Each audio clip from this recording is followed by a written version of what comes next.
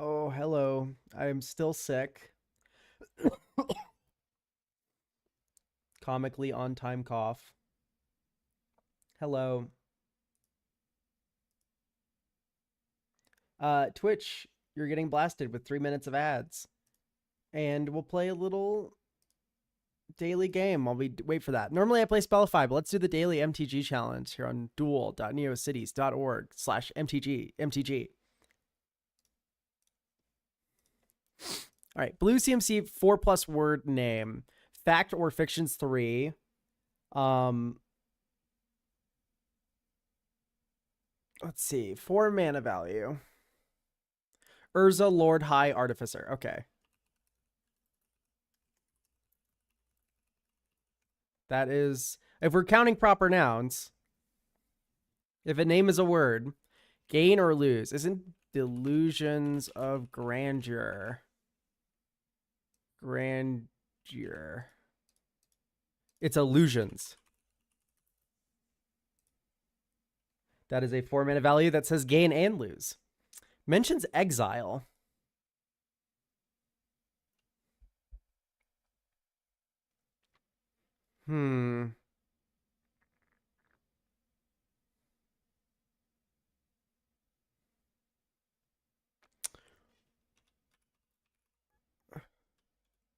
No, not Ojutai.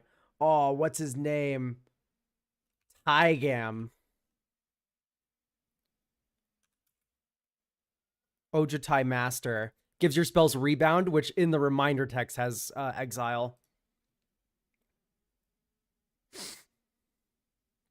Urza also mentions exile, you're right.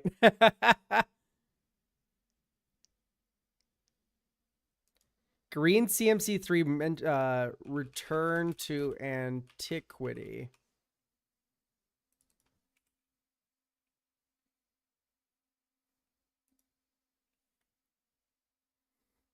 I forgot the name of the card in Neon Dynasty that's like 3 mana, exile target artifact or enchantment. Sorcery. Excuse me. Gosh. 3 mana value. Mentions exile. I mean, it's going to be some sort of disenchant.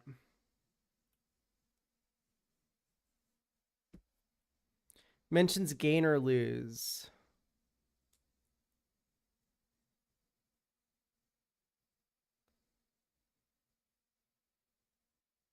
Oh, this is Vivian. Fuck. Champion of the Wilds. Okay, great. Ding. Yeah, you can give answers. I just won't answer.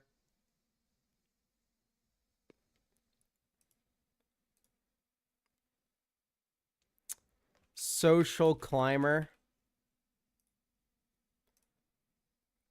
4+ word name.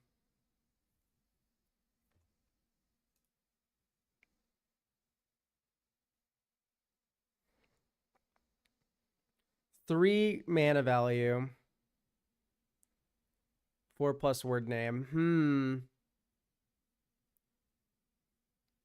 Azusa lost but seeking. Azusa single but looking. Let's finish this out before we continue with our stream, because we're almost there. Mentions exile, white, CMC5. Let's do a recent card. Beyond the Quiet. Yeah, Oko would count. Oko, Thief of Crowns. Yep, it would be good. It's a green card. Mentions gain or lose. Fumigate. Can we go all board wipes? 5 mana board wipes.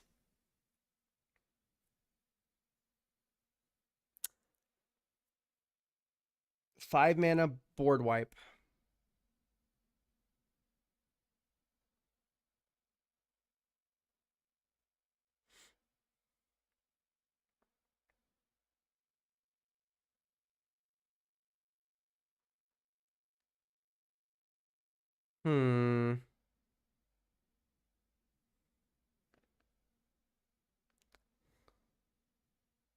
Do I really not have a thinking in this? Feels like I should have a thinking. Oh, I do have a thinking. No, that's not thinking. That's thinking. There we go. Thinking. Um, 4+ word name.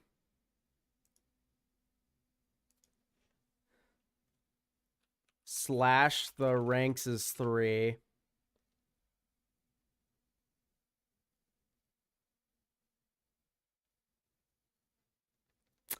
Man, I can't really think of one.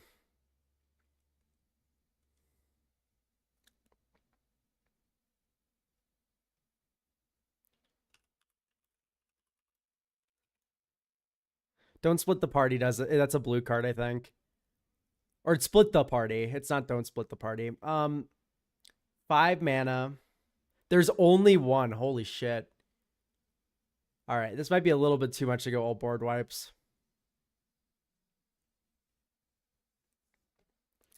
So white CMC 5, 4 more word name. Settle the Wreckage has 3 words, chatter. Well, yeah, I can't do what must be done because 5 mana value. So I'm thinking of Planeswalkers. No.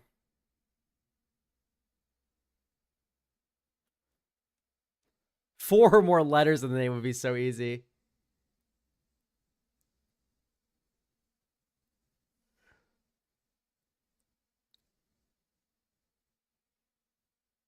Does it have to be mono white? No, it doesn't.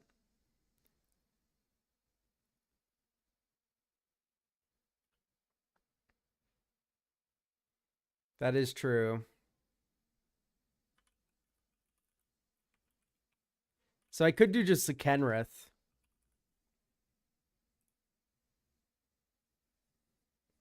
Hooray. Like I don't have to do a board wipe, it's fine. Yeah, Elishnorn and Mother Machines would have worked.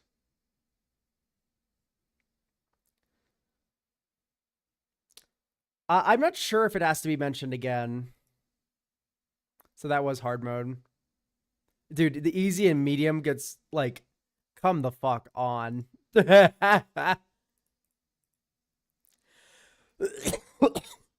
Okay, let's get to people who paid money to see their decks. What was this website? It was neocities dot something or other /mtg/mtg daily game. A red enchantment. We have Slogurk, the Overslime, with Ben.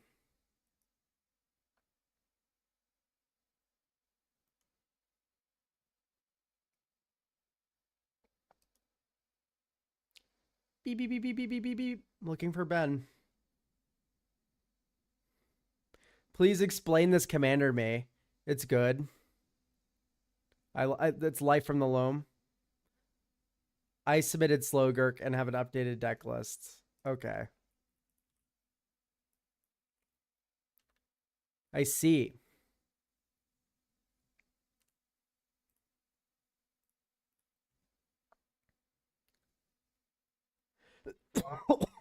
I read it every time and then lose. I do not understand how it operates. You need to grave hate it, and you need to land hate it, which is extra hard to do. Pithing Needle Slogurk is actually pretty decent. So the big thing is Choo Choo Beans is you just have to kill this player. You just have to kill him. You cannot go late against this deck if it's built correctly. Okay, no restrictions on cards to be added. I really like Slogurk. He's a unique Simic commander compared to the typical Vomit Landfall commanders. I'm trying to build him as a self-mill discard deck with mass land recursion from Graveyard. I aim to win by looping the Walk the Aeons or Thespian Stage. Yes, the Walk the Aeons that's in the deck.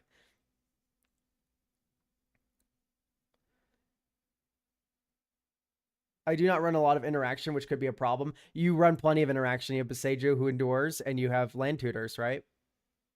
Right? Right? Okay. So, I don't really like Exploration Broodship. Like, isn't this always just better as a Dryad of the Elysian Grove? Because, like, let's look at the average curve of your deck. Civid. Exploration Brood Ship. Maybe Aftermath Analyst turn 2 if you're lucky. Turn 3, Slogurk. You crew the Exploration Brood Ship. This is coming online the same turn as a normal exploration. Or as a Dryad would. So I don't really like it. Also, no actual exploration. Are we on a budget?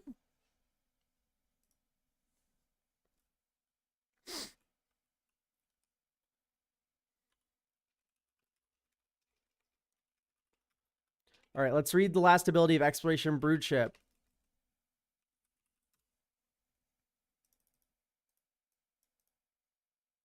It's okay. I mean, it's all right.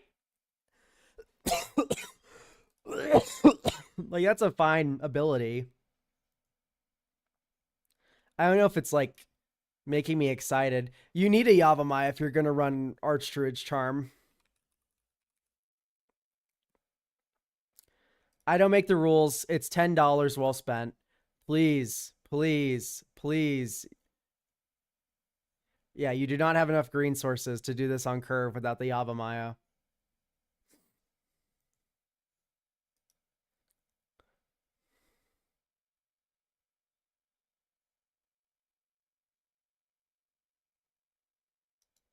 I don't like Crop Sigil.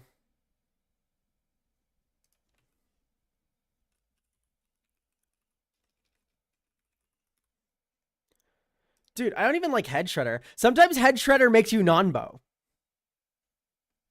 Legit. It's like actually very bad. I've been off Crucible of Worlds too. You have it right here.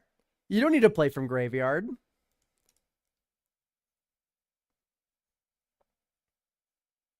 Okay, I do like the foil. The foil is very cute. Yeah, but I've taken Crucibles out of my deck with Thespian, with Dark Depths and stuff. And the simple reason is because lands just let you fucking cheat, dude. It's unreal. Slogurk that good? Yeah, Slogurk's very good. Especially for Dark Depth stuff. Like, watch this. Buried Ruin.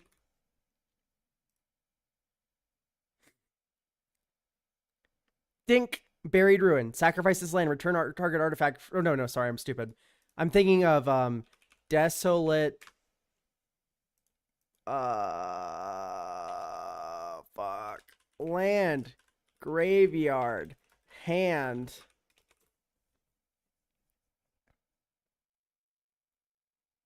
Hang on, chat. Any second now. Type land.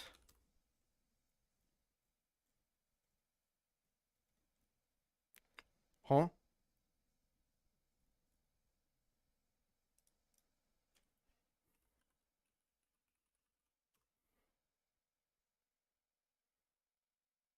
Petrified Field. Oh, it had a weird printing. That's why I didn't see it. Petrified Field. Tap, sack this land. Get back a land. Graveyard to hand, baby. Shifting Woodland's already in the deck. Echoing Deeps. You may have it enter tapped as a copy of a land in a graveyard. Urza's Cave's already in. And then we're on deserts for some reason. Do we have Field of the Dead? No, what are you doing here? Oh, we're just cycling them, and then Slogurk gets a counter. That's fine. Yeah, Teleri West would be very good as well. Teleri West tutors for any land in your deck. This is another copy of Sylvan Scrying. 1 blue, search your library for a land, put in your hand. Very good. You need Berserk.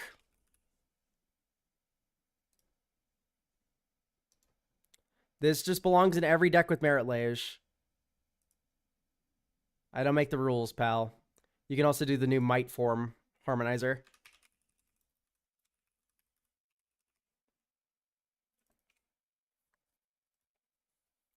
Might Form Harmonizer. Whenever a land enters, double the power of target creature until end of turn. Go gadget, thermonuclear bomb. Turn someone into paste with a 40-20 Merit Lage. Okay. Uh, I don't mind this Tammy. This Tammy is actually kind of cool in this deck.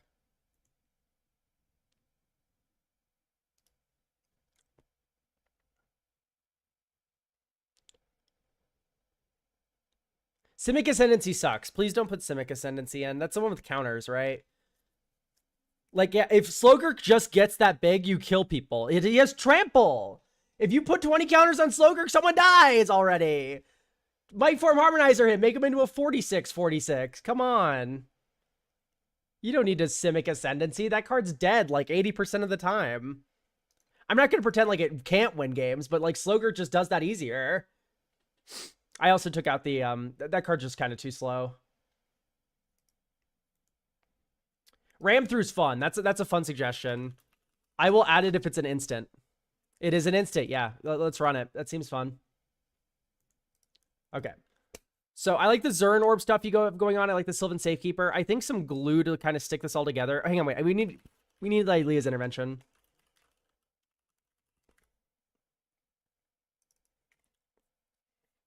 Nylea's, I don't know how to spell Nylea.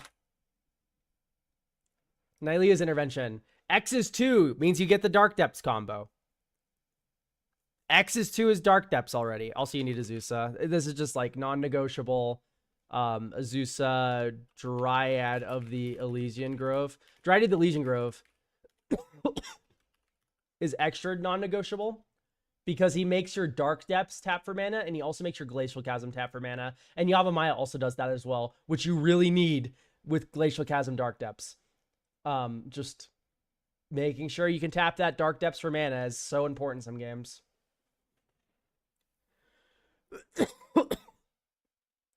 Formless Genesis is okay. I don't hate Formless Genesis.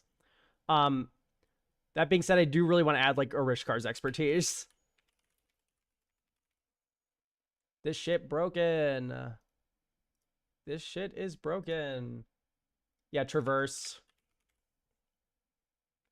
It makes me kind of want to add Expedition map too because it helps get Delirium. Malev.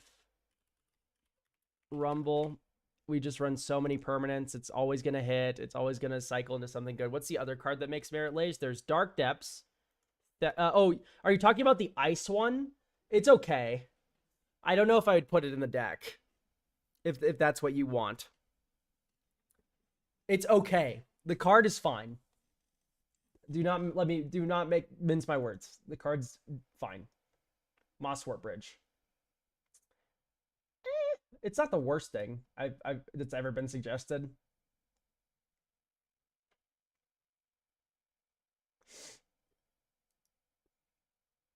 Yeah, the blue enchantment. I don't know. We would have to pivot all into Snowlands. It's kind of just like fine. I don't know how to feel about it.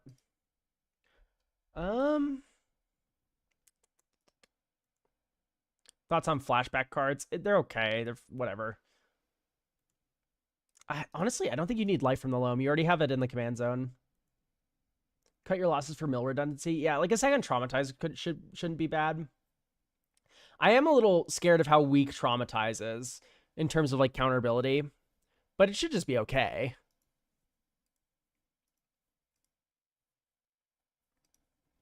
What do you think about the new airbending mechanic? I have not looked at any new Avatar cards. I'm going to be entirely honest. I don't have the energy. EOE just came out. Molt Tender is cute. I think it's too slow.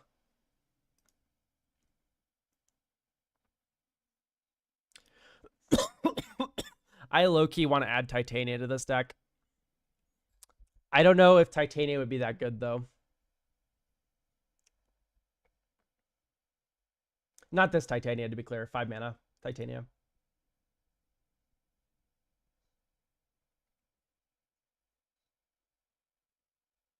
Am I missing Hermit Druid?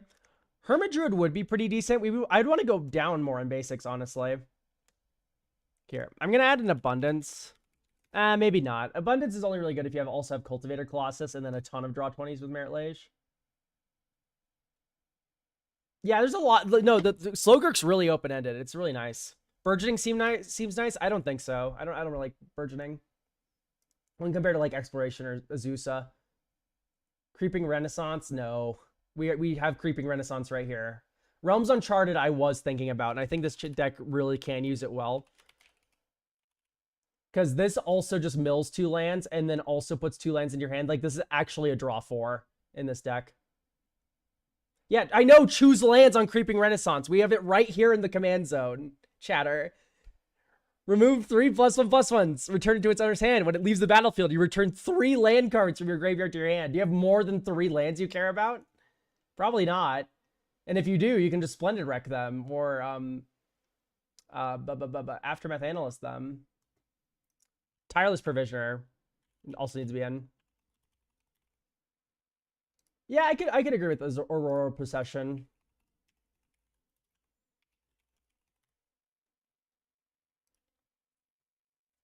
Yeah, I that's why I haven't added Titania yet. No, I like this Titania. I wouldn't cut this one. This one's fun. My bad, lag. I see you. I thought you were continuing to defend Creeping Renaissance after I made my point. World Shaper needed? No, that's why I cut it. I cut World Shaper because it's too slow. You can run Will of the Sultai if you really want another one of these, like, bring back all your land style of effects, or Lumra. Lumra's broken. I honestly don't really even like Colossal Sky Turtle. Holy shit, it's $15 now.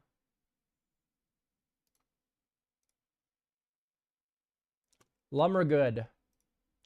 We could run Cultivator Colossus Spelunking combo, but I'm going to leave that up to you if we put a combo in your deck, because you don't need it, to be clear. It would be good. Life from the Loam, I cut it, rock and roll. I cut it from the deck. We already have Life from the Loam right here. L-Take, Sky Turtle, Goaded. Sky Turtle is a fine Magic the Gathering card. Is it better than what this deck's already doing? Does it enhance it? No, I don't think so.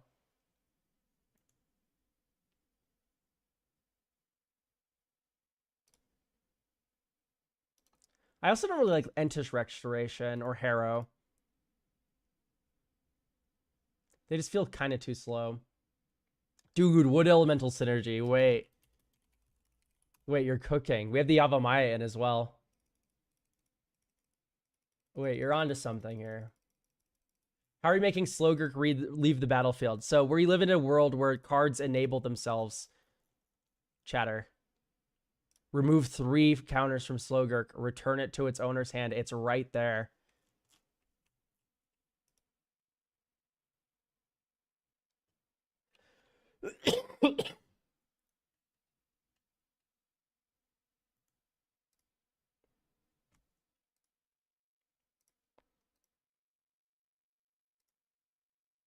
God, I'm stupid. It's okay. There's so many fucking words on this card.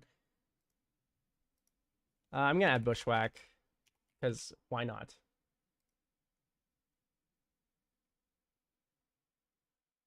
Yeah, I do like Green Leviathan. Excuse me. Yeah, no, how do you feel about Cultivator Colossus? Untimely Malfunction is a good counter for this deck. Civid.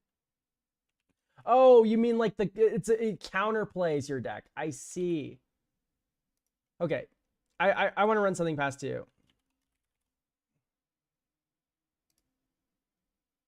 I thought you've been putting Untimely Malfunction in this deck as a counter. I'm like, no, you can't. It's red. Cultivator Colossus Abundance. Civid. Do we want this combo in the list? What this allows you to do is put every land in your deck into play. Because you just name land every single time with Abundance. Is Foremost Genesis in here? No. Card's too slow, too grindy. I don't really like it. When this deck grinds perfectly fine already with Merit Lage, has inevitability. Very broken. So, Cultivator Colossus Abundance.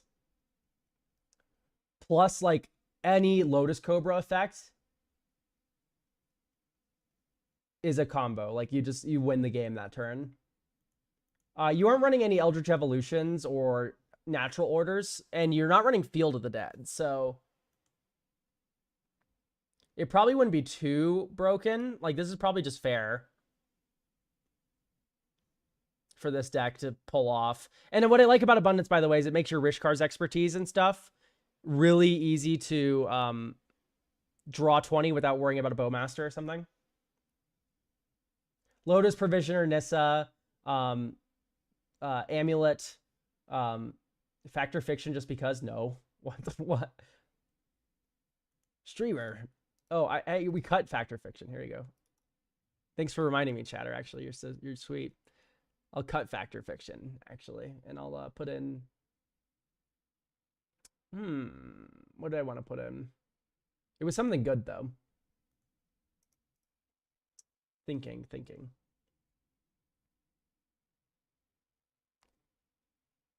I don't know if I like Lacid Prowler. It just kind of mills you a lot. That's all it does. Enters, mills you a lot. Why would Excavation be good? Excavation. Well, we're already here.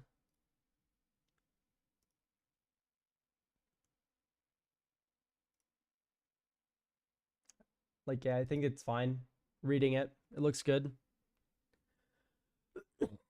Famished World Sire is an interesting card.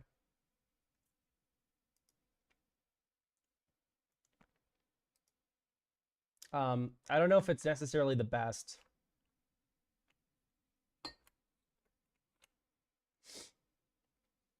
Well, that's a good pull.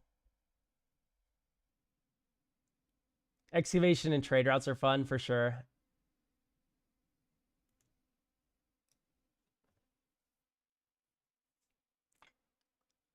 I think final card.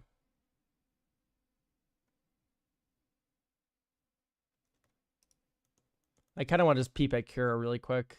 Quick cheat sheet. Broken Lands deck. Let's see.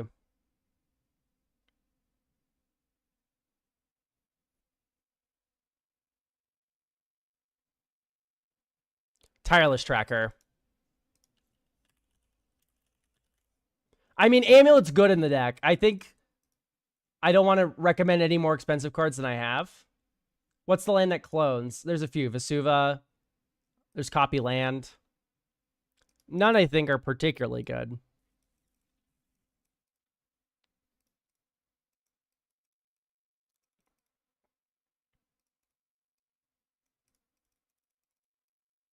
Hooray! Yay!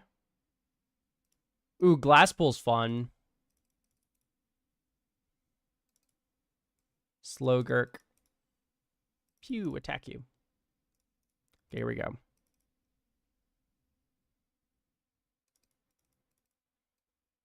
Tameo plus. Choose a non-land card name. Crop Rotation.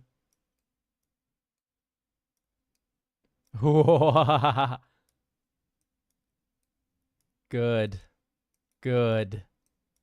So, here's the broken thing about fucking Slogurk, chat. We milled 4 lands. 1, 2, 3. That's 3+1/+1 counters. We can cash this in at any time to return these lands to our hand.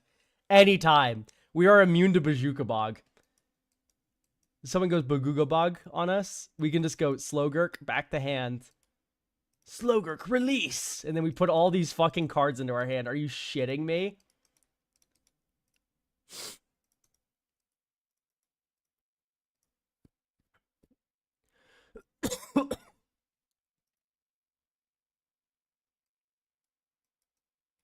Yoink.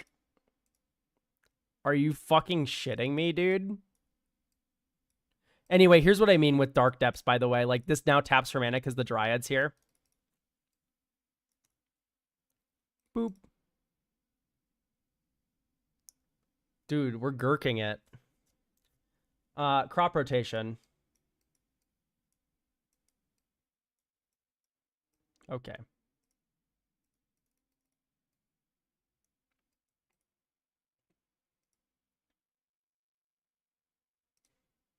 Okay, there's Petrified Field.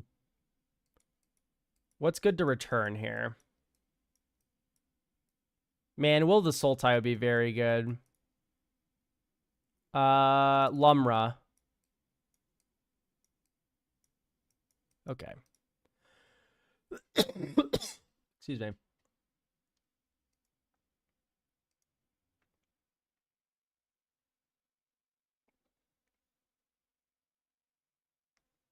I mean, we have Constant Miss, so we have infinite turns.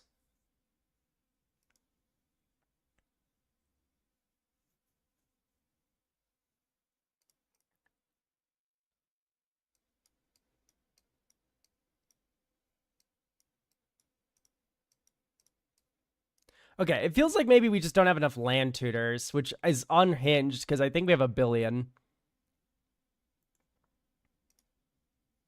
I think we just got mega unlucky. Would it be worth running Divining Top in the deck? Okay, can you explain why and what you would want to cut?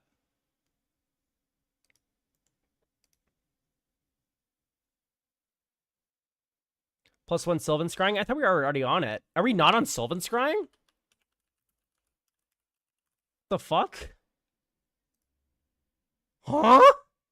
I had no idea you weren't on Sylvan Scrying. You should be playing this card. Why is it not in there, Civid? It's so important. Here, Springbleed drew it out.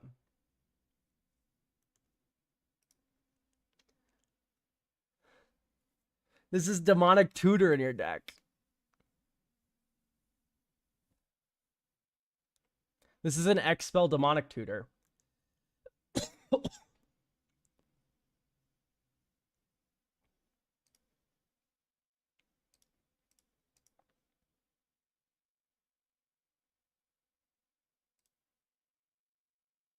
I want to run Steward of the Harvest.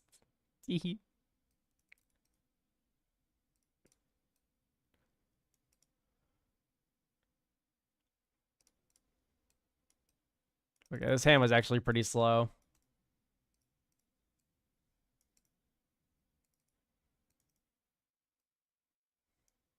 We'll mill 4. Yummy. Yummy treats for me. Oh my god.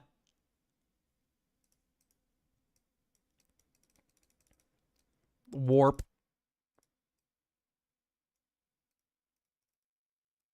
16/16 trample.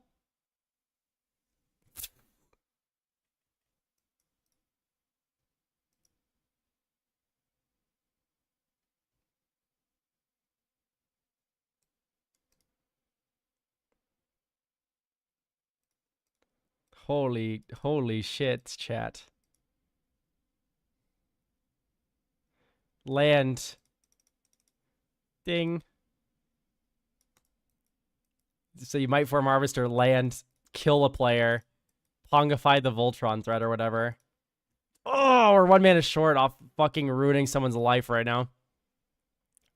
That makes me sad. Hermit Druid. No. I think we've seen enough. Like Hermit Druid isn't needed. Need not apply. It's okay. Because it has to tap. Like we can just do incremental mill. Like this chat does it fine. Like even Wood Sage is a little questionable, but it's honestly okay. I'm kind of into it.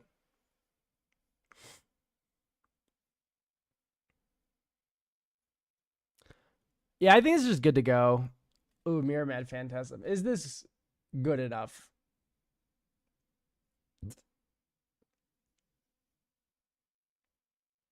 Yeah, this should probably be an Elvish Reclaimer. I like that suggestion from chat.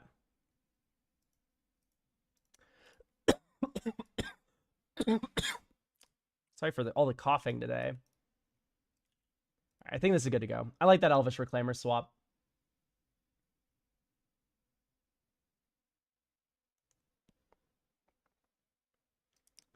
Honestly, might also want to put Emrakul in here, but I'm not going to be responsible for that.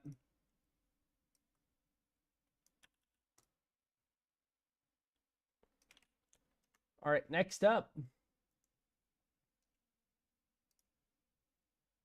Of Sharka, I want to say. Zach. Okay, Zach works. Yeah, Mirror Mad is fun. You don't have to cut it. I mean, if you really like Mirror Mad, don't cut it. It's fine. Nariv. I have thoughts about Nariv, so hopefully our thoughts align. Our thoughts do not align, so I'm very excited to talk about this deck. Hi Elk, this is my Nariv Heart of the Storm deck. Its goal is to burn my opponents fast, but I'm realizing it's more of a mid-range list than anything, and win with big damage creatures that ETB and do damage. It's not the main goal of the deck, but I can potentially pull off a combo win with cards like Combat Celebrant plus Kiki Jiki. I'm going to argue you do not need a combo for this deck. I have no restrictions, but would prefer to leave the deck around bracket 3. Absolutely go ham with it. I have a plethora of issues with the deck. It lacks card draw, consistency, land base, and ramp, and the spells are far overcosted for the effects, and the interaction suite is lacking. Okay. Here's my thoughts. Zach, who is not here, to be clear, but said would catch the VOD. I do not like Twin Shot Sniper.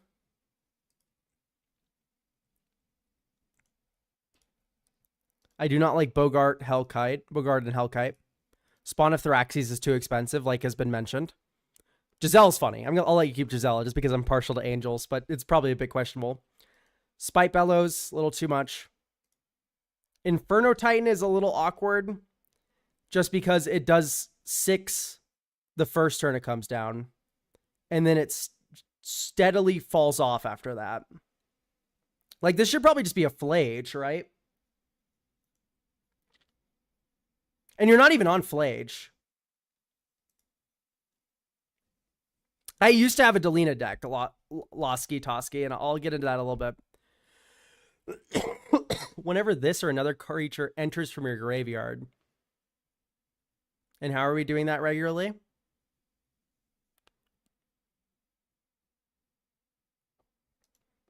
Okay, I don't like Ogre Battle Driver. It's a fun card, but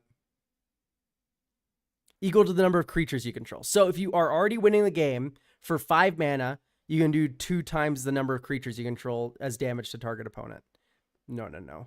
Heartless Hidetsugu is funny. That does kill you.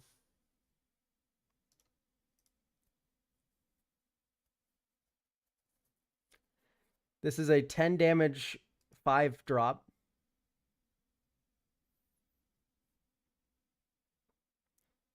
Okay, notably, by the way, Terror of the Peaks does that damage. The song from Minecraft. I know. No. Fucking 4MGMT. They got $10 billion from this, I'm sure. I like Urabrask. I won't cut them.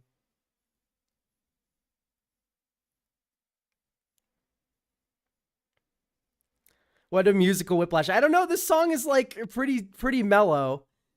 It's like Johnny Cash levels of theming. It's about like dying of a heroin overdose. And they used it in the Minecraft movie trailer. Unfucking hinged.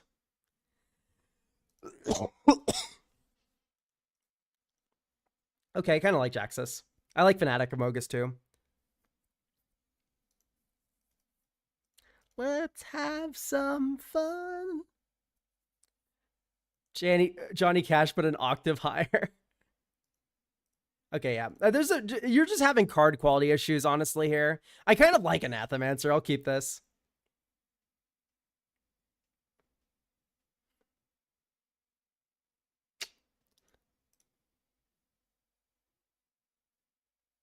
Target creature. Okay, I don't get the fluting. Reanimate is fine. It's just good. Savins. You didn't have a lot of 2 or less drops anyway.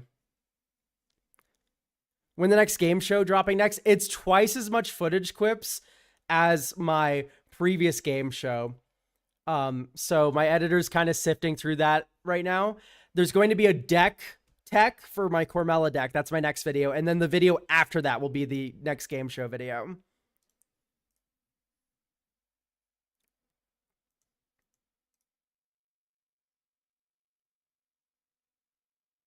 Costly Plunder. Holy smokes.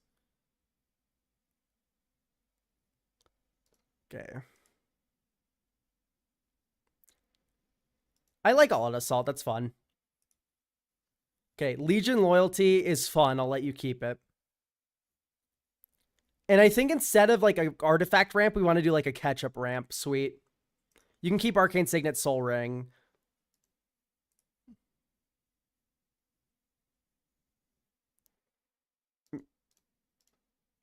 Also... Okay. Ding. All right, so we've made all of our cuts, I think. I think this is about ready to go. So let's add Arena of Glory. This is the first must-have card for Nariv. Non-negotiable. It eratas all of your creatures to have haste. Broken. Please run it. I'm happy not to see anger. So I'm going to cut a mountain of plains and a swamp. And what I'm going to add is a bunch of deserts, because of course we're going to do the Sand Scout, Loyal Warhound.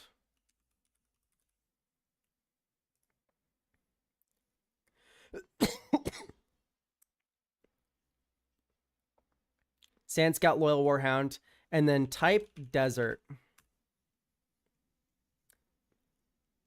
Arid Archway.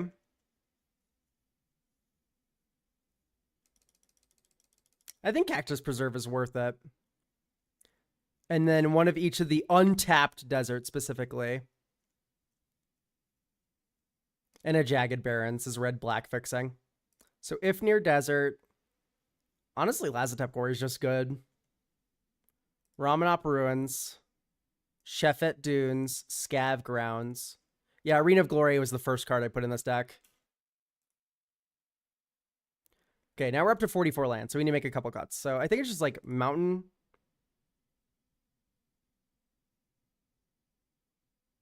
Terramorphic Expanse. Where's the Evolving Wilds? You don't have it. Wow.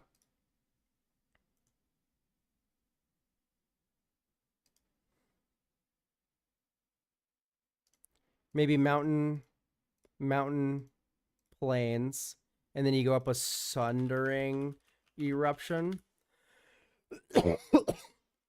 I do love Weathered Wayfarer. I'm kind of down on Lotus Field outside of decks that want to combo with it or stifle it in some way. I don't know. I'm not a big fan of Lotus Field when compared to Bounce Lands. Okay, so moving on from here, the reason why I added more creatures that land ramp you is because it makes more objects for Gut, True Soul Zealot. This is the Magic the Gathering card of all time for Nariv. It makes a Menace Skeleton that's tapped and attacking when you sacrifice a creature or artifact. And that is 8 damage with Nariv on curve. It is incredibly good.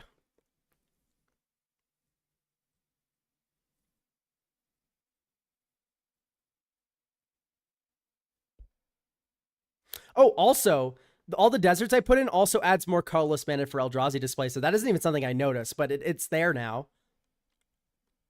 Let's cut Solemn Simulacrum really quick. I like the Fear of Burning Alive. I'm just a little scared about getting Delirium, but I think we can do it.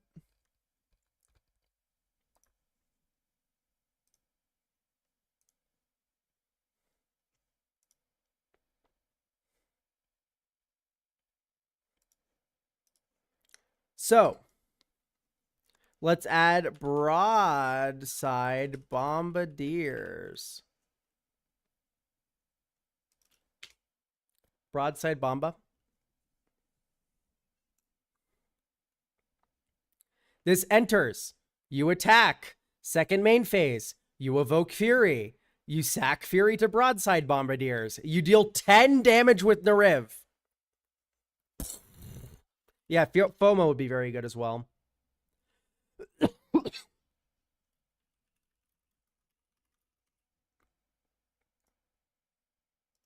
I do like FOMO quite a bit. But yes, Broadside Bombardiers is required in this deck, especially with the Fury packing in the list.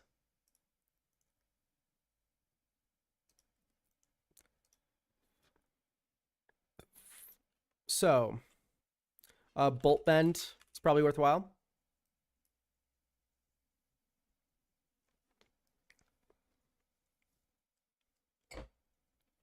Saw in Half. Ephemerate. Ephemerate's already in, very good. So Saw in Half is just a second Ephemerate.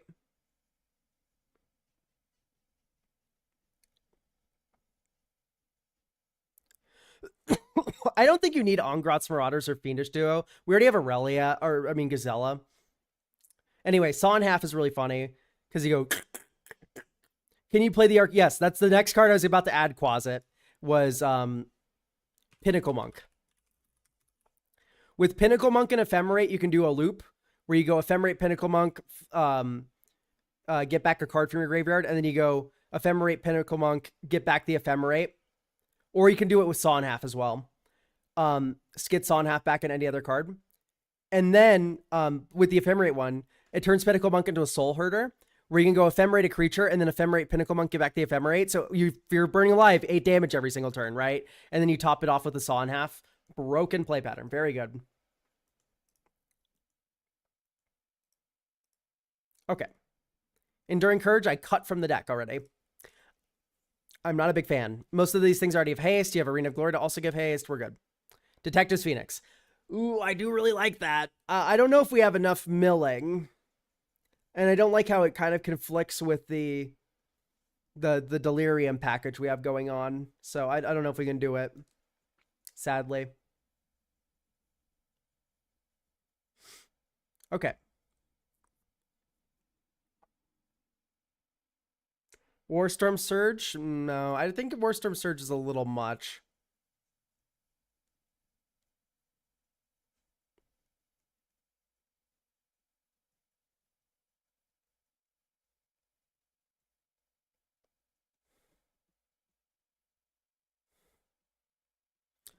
Combusted Nut Gear Hulk.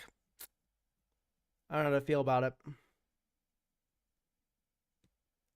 Sacred Rendezvous and Night's Whisper. Okay. I think maybe we just add the third ketchup ramp piece to something like a Night of Whitey. Although we don't have a lot of white sources early, do we?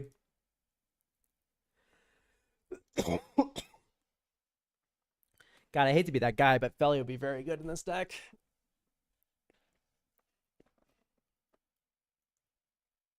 I don't like Night for 3 colors. It depends. If you're splashing the other 2 colors, it's really good. Because it can get any planes. So you can just pick up the fucking Tri-Land or, you know, a Surveil. So it kind of unironically gets a little better in 3 color in some ways.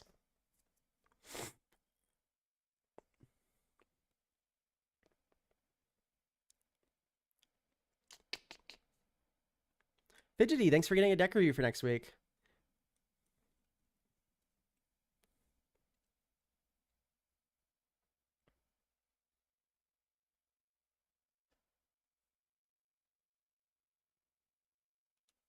God, the urge to add Malignus to this deck is like killing me.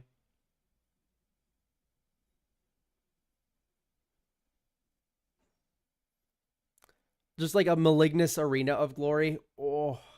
Is there any reason not to play another round? Yes, because the card's kind of mid, but you have reminded me that Ghostway exists, and Ghostway and Eerie Interlude belong in here.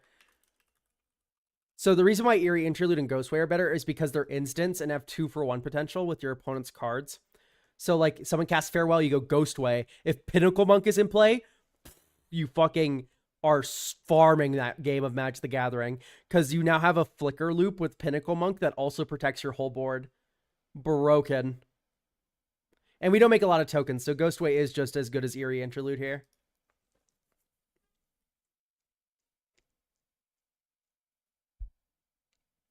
No. If a creature you control that entered this turn would deal damage, it does twice that much instead, just period.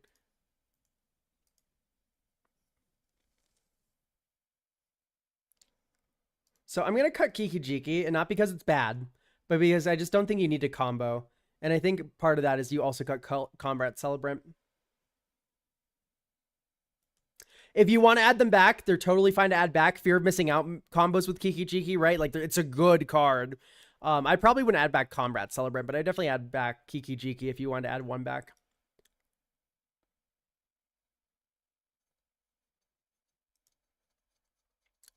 Yeah, I think actually, no, the Kavu's very good, isn't it?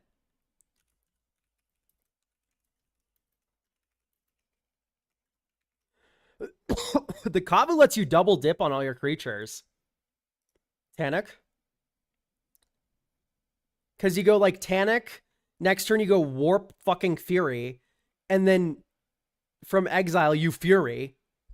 Or you go like Goldlust Triad from exile, and then on turn 6, you go Lush Triad from exile. It's like, it lets you double dip on all your cards, which is actually very stylish and cool. I like that use for Tanic a lot. It makes them enter the battlefield, of course. And then you have flickering stuff. You have flickering stuff to cheat the warp. All of your creatures are red, basically. Yeah, fuck yeah. Okay, actually, we're going to put Felly in. No, why? Don't give me decks that are good with Felia. Fuck you. Imperial Recruiter as well.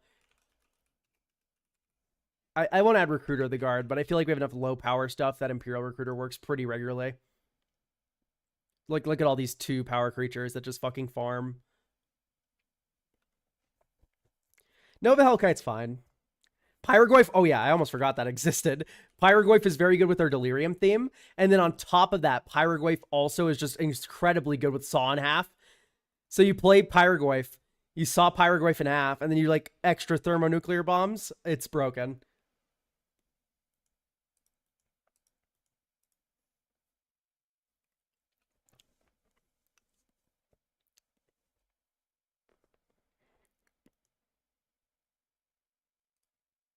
Yeah, Fear of Burning Alive's already here.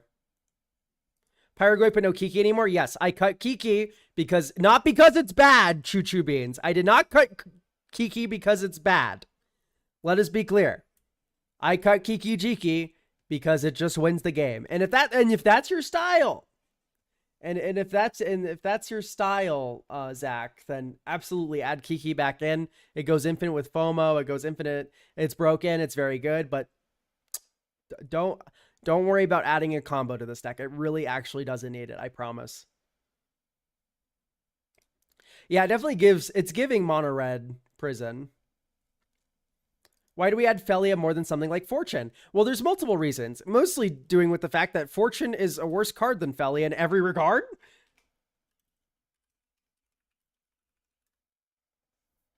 Like, what makes you like Fortune more than Felia, Ardufel? It's 1 more mana. It doesn't have flash. It needs you to tap the creature that you're... So you miss out on attack triggers. Is there a Recruit of the Guard for Felia? No, I've explained. There's not enough creatures with toughness 2 or less that I like, but there's a lot of creatures with power 2 or less that I like in the deck. Felia can't scry, though. +1 Fortune. Scoreboard. Yeah, no, whatever. It's fucking nothing. Felia OP. Yeah, Felia also blinks opposing stuff. I guess I just discovered Fortune first. We'll read Felia and weep, pal. Speaking of which, Witch Enchanter should probably go in. Low key, I want to add the Possibility Technician.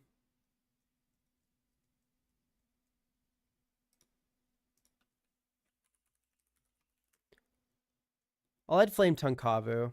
Oh, it's already in the deck. Very good. So we have a bunch of Kavus already.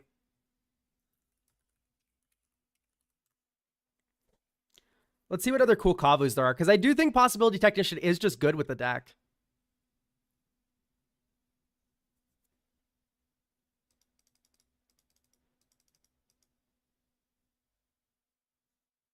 Yeah, I don't know if I like Firemont Kavu. It's just kind of too expensive.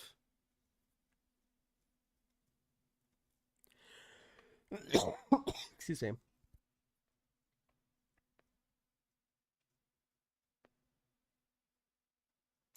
Yeah. Turns out Kavu is not really... we're not running tokens at all, really.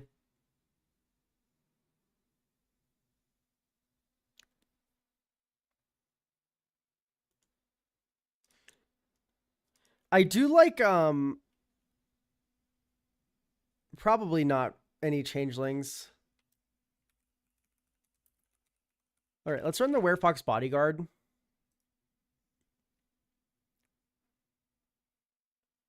I kind of just like the protection spell, flicker spell, removal spell modality of this in a flicker deck like this. Or it's even slightly aggressive. Is this a perfect deck for Ride of the Raging Storm? I don't think so. I think it's totally fine. Oh, I talked about adding Flage, and we should add Flage. Enters, deals 6 to any damage, you gain 6 life, and then you can escape it. And if you escape it with Arena of Glory, you do fucking 12 billion damage to someone. There's so many good stat cards in this deck. How do you still have slots, dude? This is the Mardu special. Soul Shatter. Let's up the removal a little bit. This was a cause for concern.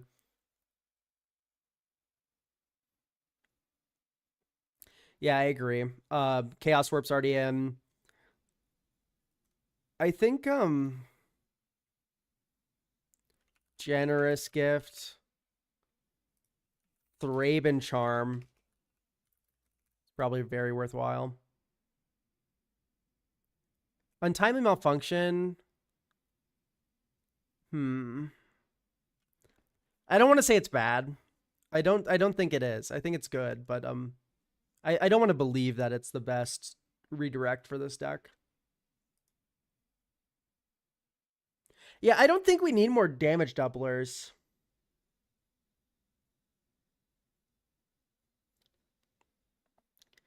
Crackling Doom, yeah, Crackling Doom is very good. It's just another Soul Shatter. We do not need Chaos Warp for Mardu. I think I agree with you.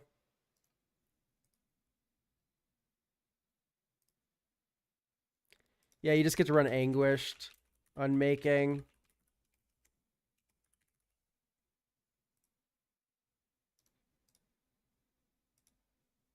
All right, that's probably enough interaction. I'm getting the vibe that we've hit the limit. Winds of Abandon. Let's just go full fucking Legacy. Or Vintage Cube. Chef's Kiss, I'm not a big fan of.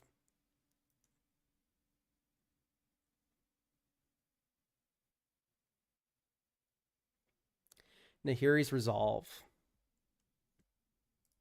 I don't even know what that fucking card does. Is that the one where you exile any number of objects?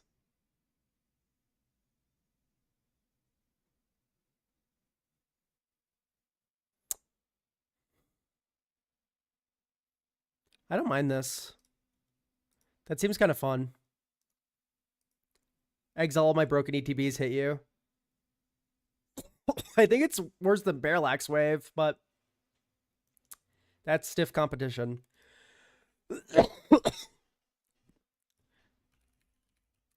Like, Parallax Wave is just, like, broken.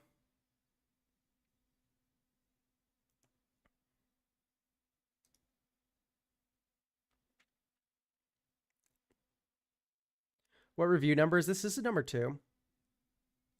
Wear Tear. We don't need more removal, I don't think. We've hit that number that I feel like we've hit the vibe check where I'm like, yeah, we're kind of good.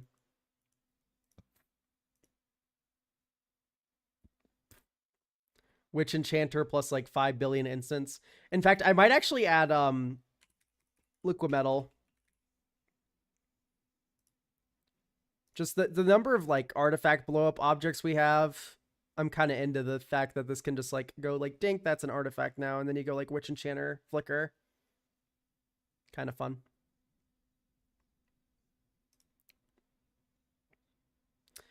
I do like rats, Benji boy, but I don't like how quick they die.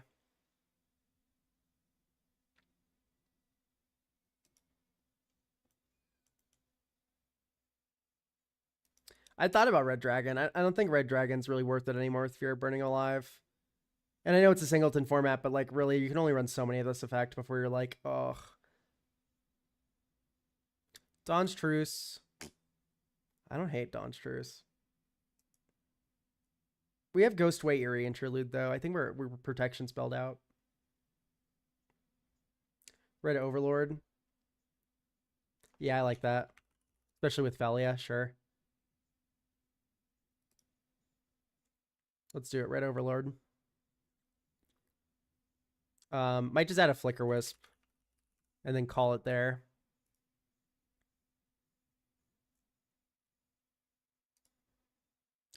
Okay, 40 land moment. 40 land moment. This is a lot more keepable than the first hand, but okay. Bottom vault.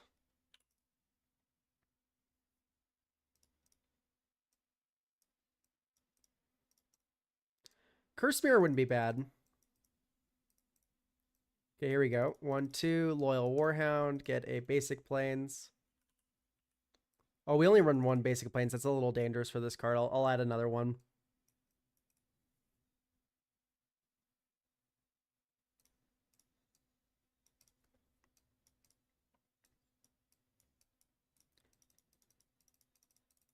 Nariv, equip Greaves.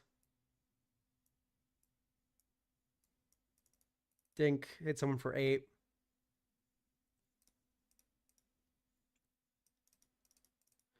Gut True Soul Zealot. Attack with Nariv. Sack Loyal Warhound. And this is where it's better than a Mana Rock. Get a 4/1 Skeleton that also hits for 8. Man, it sucks to be fucking missing our land drops, doesn't it?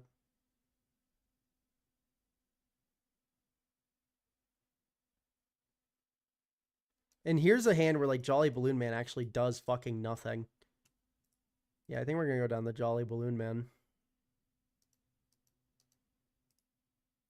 We just have so many legends. We are running 40 lands, Colleen. I don't know if I'd add Scroll of Fate. I want to add another Plains, that's for sure. Probably over this colorless utility land. That's a little expensive to activate.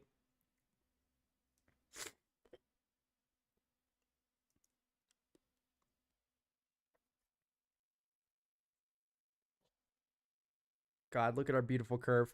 Let's add Devastating Onslaught. Dude, could you fucking imagine, chat? Dude, X is like 6, or X is 3, which is 7 mana. On Pyroglyph. On fucking the stupid there's just so many ETBs in here. What's the Pinnacle Monk? Get it back, get all the other cards back. Ugh. Sonic Shrieker sucks. Hang on, wait.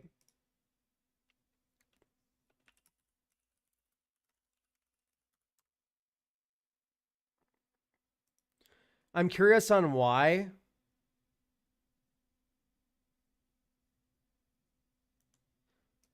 Curious on why what? Curious on why Devastating Onslaught's good? Because if you even cast this for 5 mana, you kill people with Pyroglyph. It's just not a question of why. It's just a good card.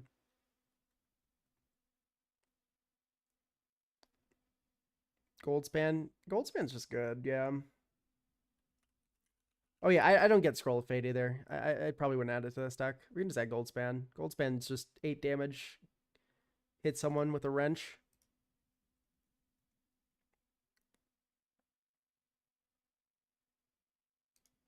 See, now this is a hand I would keep because we have FOMO to filter.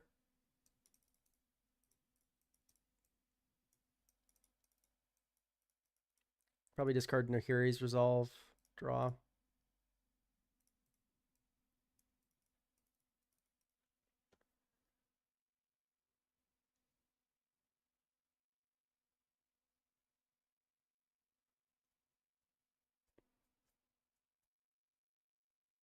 Honestly, I might just pass.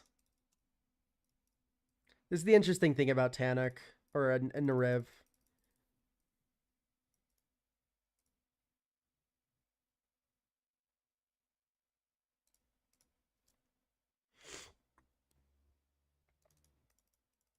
Amazing, we're still missing land drops and we're at 40 lands, chat. Like, if this just goes to show you need to be running 40 lands.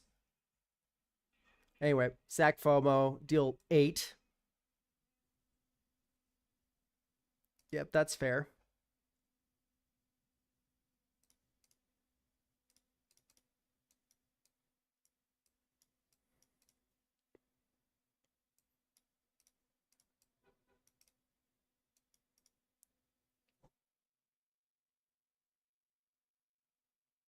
Here I just pass.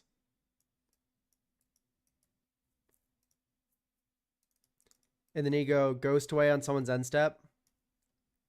Or in response to a board wipe. Discard All Out Assault. Draw a card. Next turn. Chrome as well. Mana Geyser just feels kind of dead.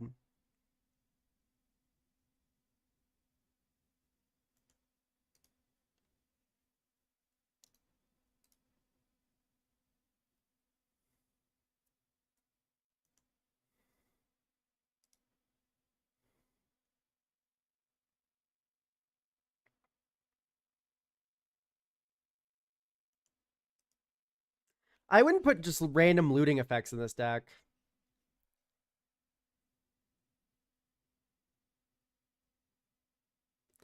Yeah, it's just your deck. Your deck is pretty red, but I don't know if I'm really fiending for a ritual in this deck that just has such a decent curve out plan.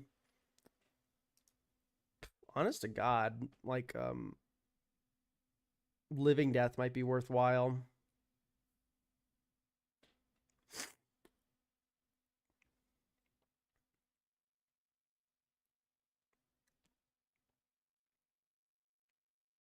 Dire Sight, no. I'm fucking with Night's Whisper.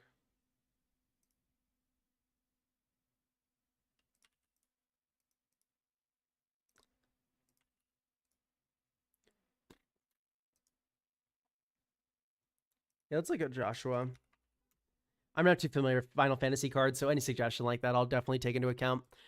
When it enters, discard up to 2 cards, then draw that many cards. 3 red, white, tap, exile it, then return to the battlefield, transform only as a sorcery. 2 damage to each opponent, so it's 4. And then it's 2. And then it's also hitting for 8 in the air with life gain.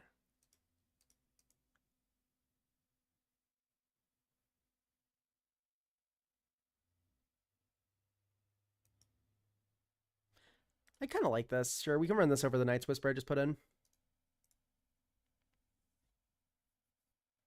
Yeah, Painful Truths is a card that exists in Magic the Gathering. Okay.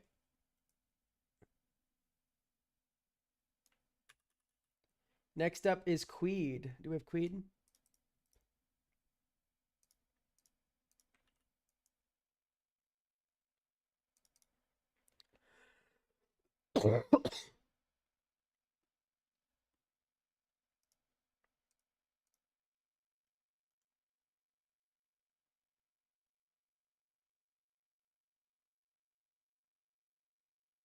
Intriguing. Do we have Queed here? It appears not, but Queed said we can go on anyway. The initial game plan was to go wide, building up counters on Azuri to dump onto something like something for value, etc. Iridescent Horn Beetle, who makes tokens, or Ingenious Prodigy, who draws me cards.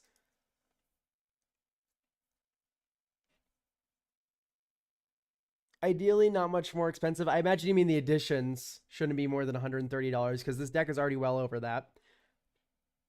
I would like the deck to end up at high bracket 3 if possible. I can't see any specific flaws with the deck. I'm coming back into Magic. I'm staring at digital cardboard for months and finally finished a brew. I really just want to experience player's opinion. Huh?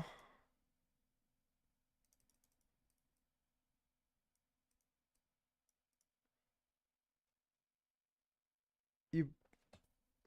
I can't see any specific flaws in the deck.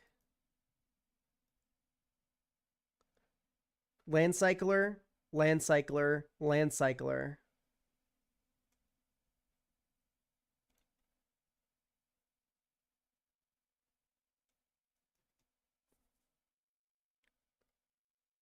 $96 cards in main deck. Okay, it is an unfinished deck. Hang on.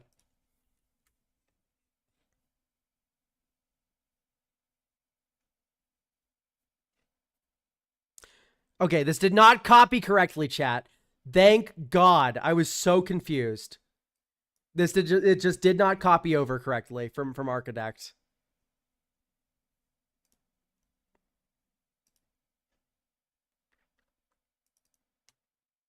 Nope.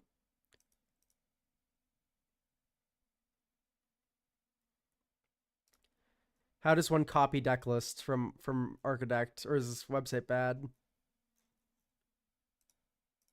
Why did this break so bad? Yeah, okay. Thank God. For a second, I thought we had a mental case.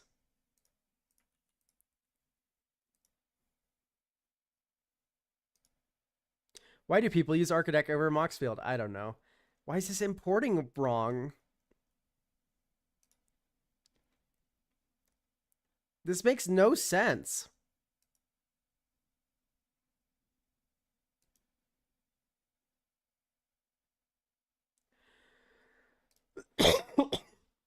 Architect users, help.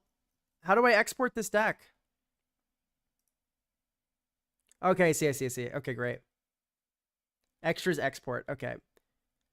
Uncheck all. Copy. Bulk edit. Dink dink. Save and continue. Okay, there we go. We did it, chat. We did it. Okay. This is still very few lands, but it's a lot more realistic. Did this not copyright again? Because this list says 35 lands.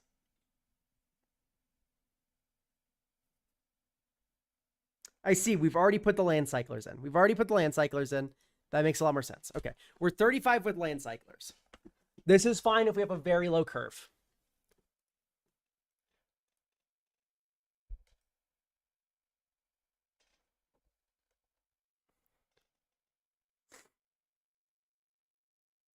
Okay, Primeval Protector. It's a giant fuck, and it puts a counter on each creature you control. No. Makes a lot of gnomes. A lot of gnomes makes Azuri happy. Sure, that's cute. I can get behind that.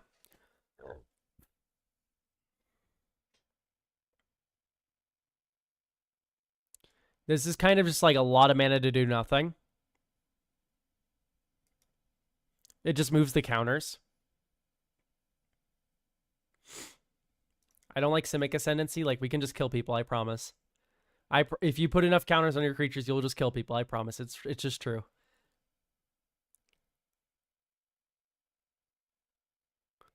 I like Marcus. That's fun.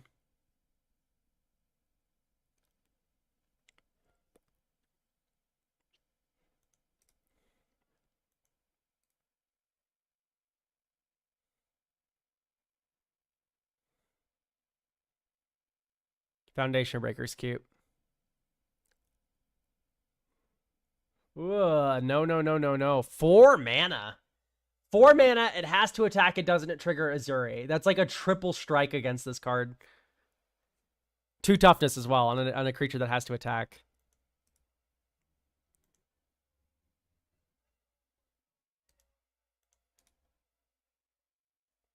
I don't like that this only deals with artifacts.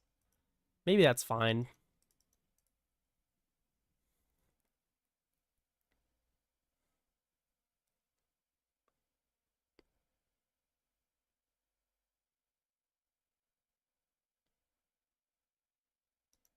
This card's fine. I don't know if it's required, though.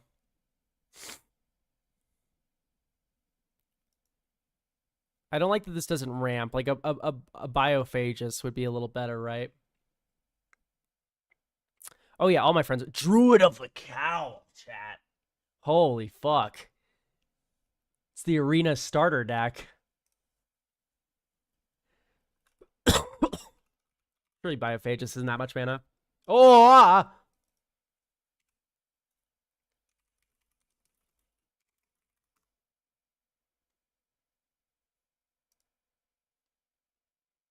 My fault, OJ. I don't like all these Trampler Enablers because they're kind of dead draws and multiple. I do not like all these 2-mana dorks. This is a little more realistic because at least has upside. Yeah, I don't like. Okay, I don't like the 2-mana dorks that do nothing else but be a 2-mana dork. I really don't like it. Raucous Entertainer does too little. Like, chat, this is just not good.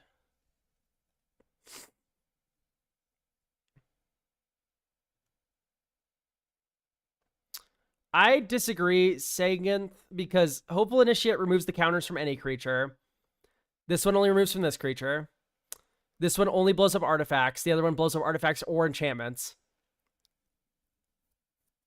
I'll fuck with Tangle Floored Hedron. That's fine. You can keep that.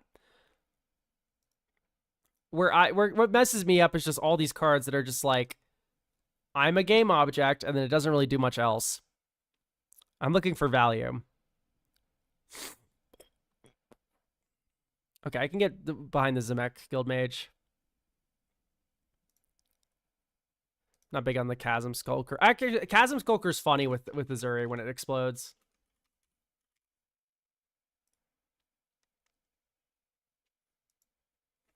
Hornet Nest, you can't reliably have take damage. Heartwood Storyteller, it does trigger it pretty often for you. Library Larcenist, draw a card. Ugh. Ugh. Ugh.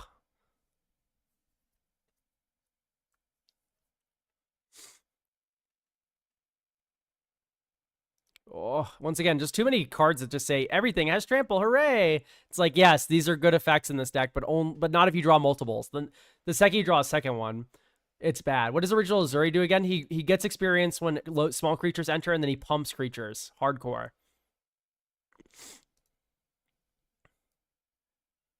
I do not like Fallow Sage. What are we doing? Okay. Choo Choo Beans, thanks for getting a deck review for next week.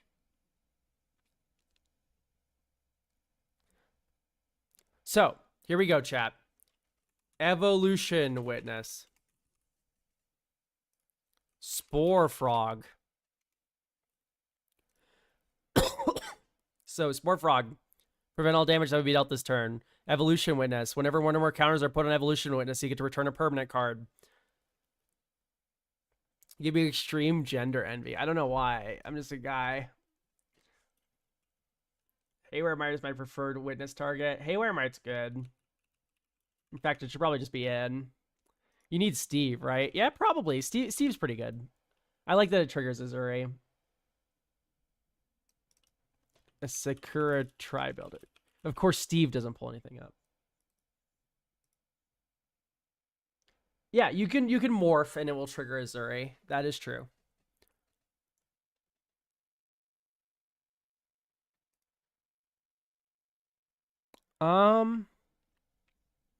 So I do want to get more lands in here. Bridgeric's Battle is already in, but let's also add Colony Ambush. Dude, honestly, Vastwood Fortification's kind of decent. The ops don't want it to be true, but it is. I don't like Dryad Arbor. I really just don't like it at all. Terra Symbiosis is broken, yeah. Whoa. I do like the Terra Symbiosis recommendation.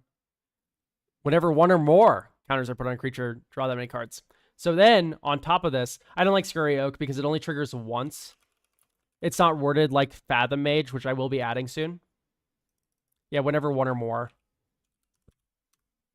But look at Fathom Mage. Whenever a +1/+1 counter, not one or more, chat. This draws that many fucking cards. You put 6 counters on it, you draw 6 cards. Period. Yeah, I like Kami of Whispered Hopes. What's your favorite precon to come out in the last year? Titus is really good. I haven't played it. I haven't played a lot of precons in the last year, is the honest answer. Looking at them, I like the Titus precon a lot. Taval was very strong.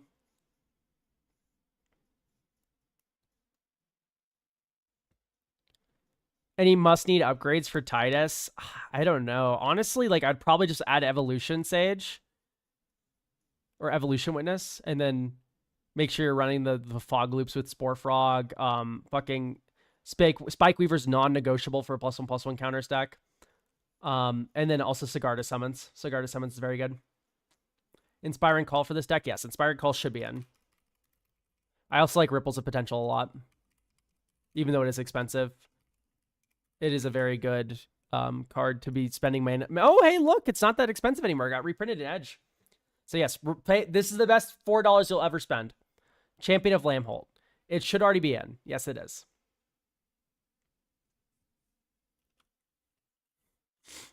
Honest to God, I might just add Rite of Replication. A lot of these creatures get really funny in multiples.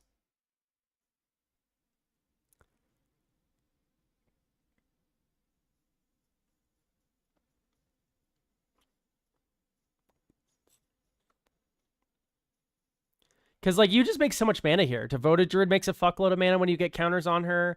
Champion of Lambholt makes a lot of mana when you get counters on her.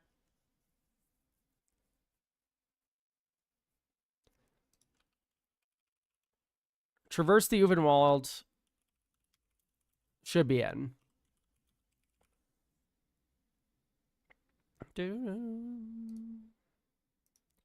And then you go Malevolent Rumble. Hooray.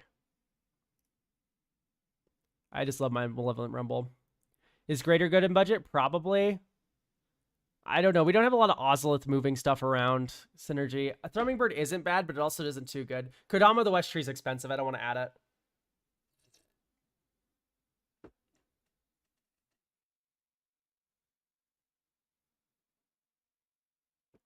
Serum Snare, we're getting a little bit better.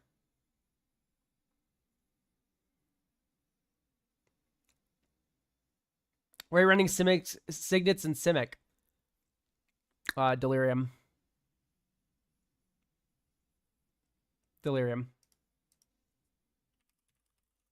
In fact, just to spite you, I'll put another Signet in.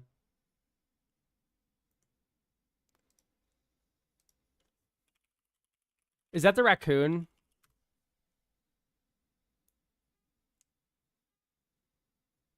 Yeah, I don't know. Terra Symbiosis is in.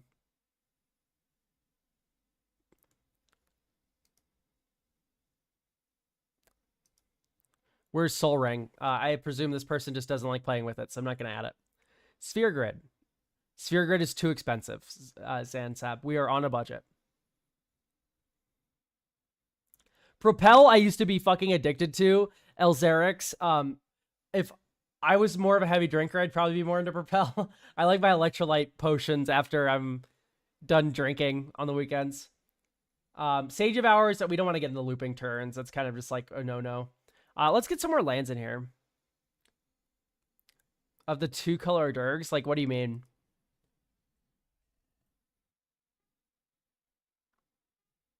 I try. Elzera Hex. There you go.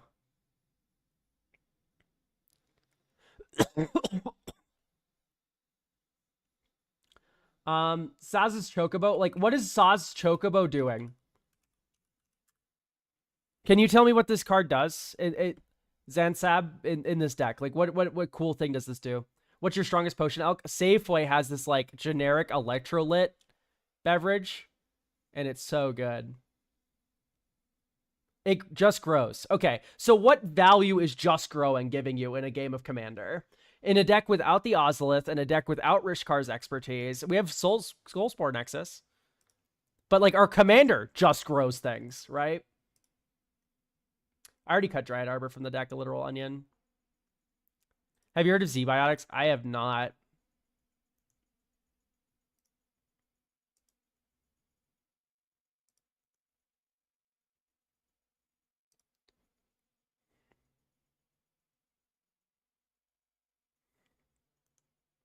Okay.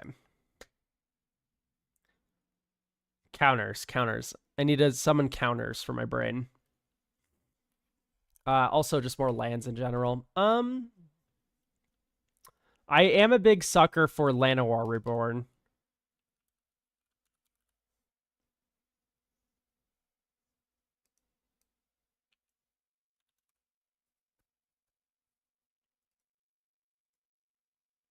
Big fan of this card. Just graft 1. That's such a cool ability to have on a land. Is Danny Pink in budget? God, I hope so. That card's fucking broken. $14. No, it's not. Oh, man.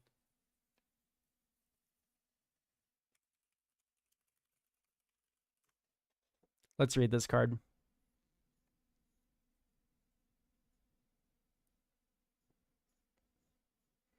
It's not bad.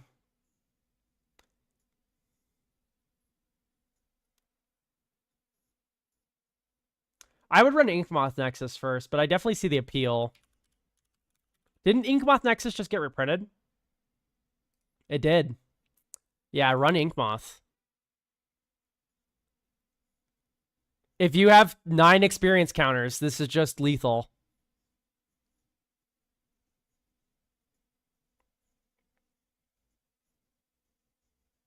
I wouldn't put Graz in a green deck.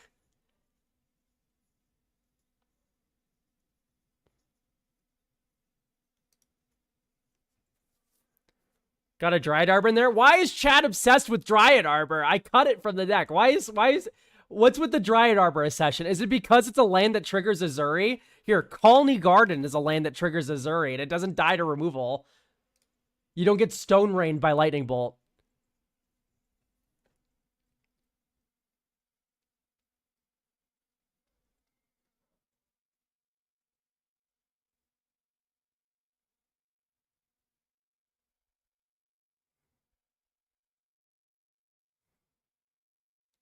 Dude, people have a Dryad fetish, like Dryad, like Arbor fetish. Like, come on.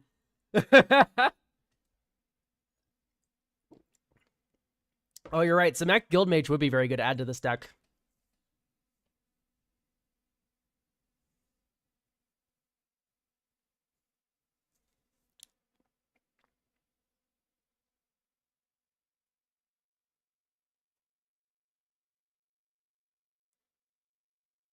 Okay, so now we're at 40 lands with land cyclers. That has me a lot more comfortable. 4 more cards. What's the spell that makes X Dryads? That's Awaken the Woods. Yeah, I do. I have Blue Rev on my in my playlist. Elzera Hex. I love Phoebe Bridgers. I don't like Dreamtide Whale that much. 1 proliferate across your entire board is just not really that worth it.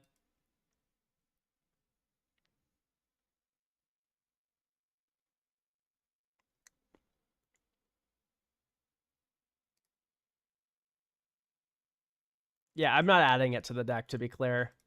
I just know it exists. Arachnogenesis. I'm into it. I like that Arachnogenesis suggestion. I just like fogs in these kinds of decks because it lets you get really aggressive. And then also just like it makes a ton of creatures. Holy shit, Genesis. Arachno. Please. Genesis. Okay, I was just spelling Genesis wrong. Speaking of which, like maybe just a planar Genesis. It just kind of is a nice glue that keeps everything together. Oh yeah, I'm definitely feeling a lot better. Yesterday, I felt like I was drowning.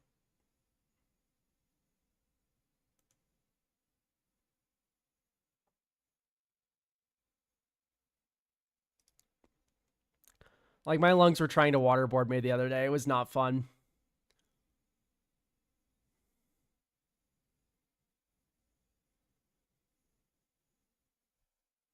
Tromel. I forgot what Tromel does. I just remember I really liked it.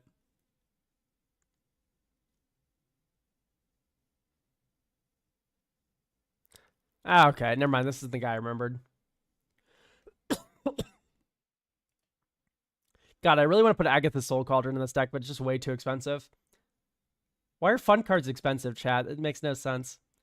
Okay, maybe this deck just needs like a negate and then like a Beast Within. Can't go wrong with the classics, I think. All right, let's play test this hand. No. Yes.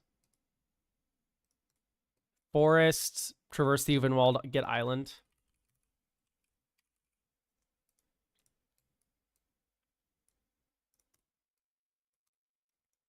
Pass. Planar Genesis, top 4. Tapped island into play.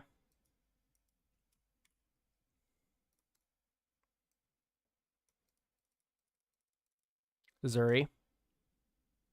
Spike Weaver doesn't trigger Azuri, right, chat?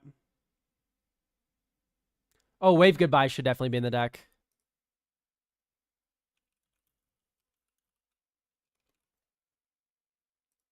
Ooh, $10 though.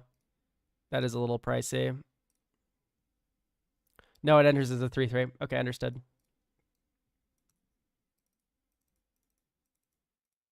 Herald of Secret Streams, get an experience counter. Put a counter here.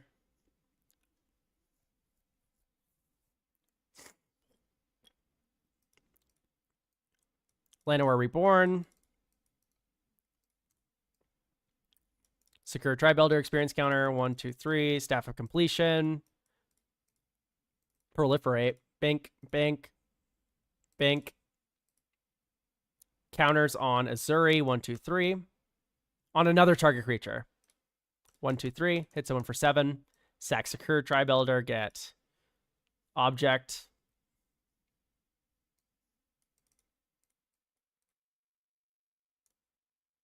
Proliferate.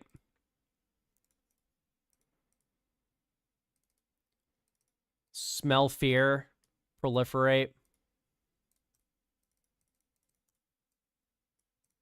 Move to combat. This isn't actually turn 4, chat. Move to combat. 1, 2, 3, 4, 5. We'll draw 5 cards. This is something where like more counter magic would be actually pretty good. Decisive. Because it feels like this deck can kind of struggle against something like a Farewell. Any sort of board clear kind of murks this deck. So I'm going to add Decisive Denial over one of the fight spells already in the deck, which is probably just Smell Fear. We can probably cut some bad creatures, right? Nah, it's probably just Smell Fear, sadly.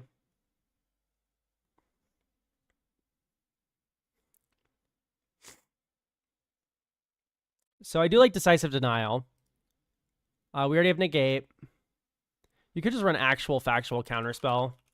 Probably be pretty happy. Stubborn Denial.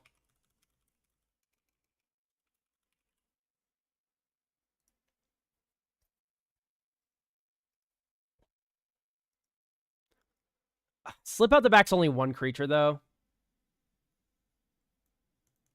I kind of don't like that it's only one creature. Maybe let's go down Insidious Fungus. We did add, like, a Beast Within and some other objects. And Shared Summons. We don't really have a combo, which is where I kind of like that card. All right, let's play this again. I don't think I'd keep this hand. It's a little too slow. Definitely wouldn't keep that. Okay, this is playable. It's probably Outland Liberator.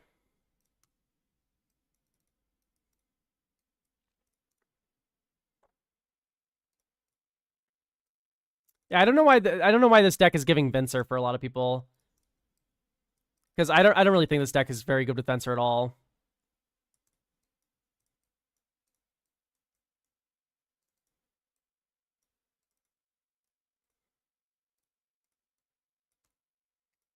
This forest was Dried Arbor, etc. Stuff and things.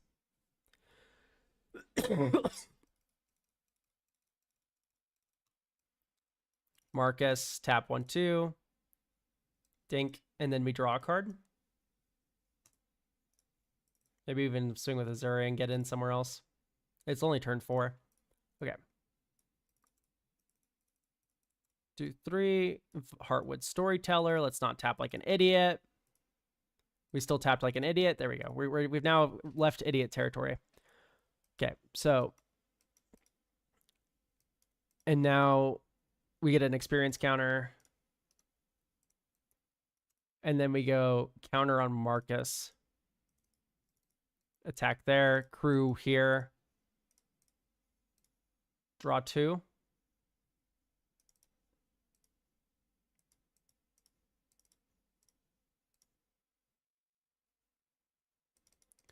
We don't have any instant up, so might as well just develop this, get another experience counter. Okay, this is kind of humming. I like this for bracket 2 now.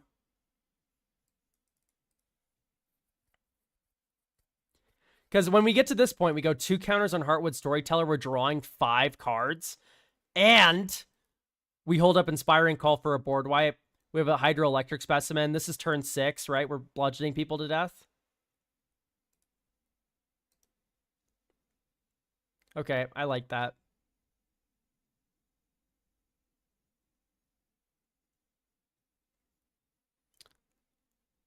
Yeah, Crop Rot would drop this down to bracket 2 pretty easily, and it would still be fine in bracket 3.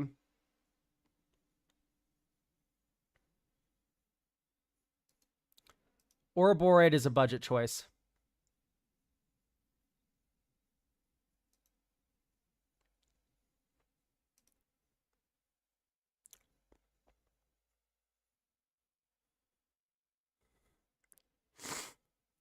Etched Oracle. Oh, that card's fun, yeah. That's the one that draws. Seed of Arma. I don't know if I like it that much. It's okay.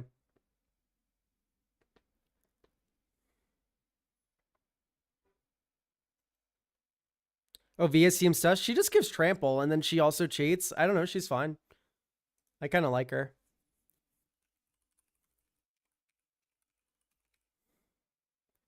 Chad, I kind of just want to add Walking Ballista to a deck.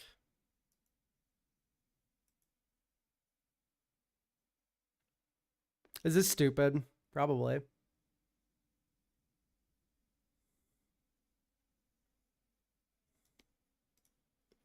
Without Sin, it's a little questionable.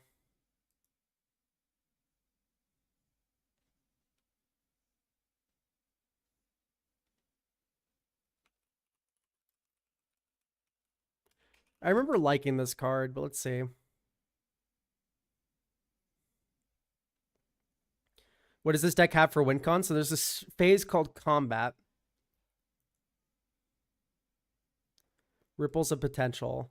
It's, yeah, it would be very good for this deck.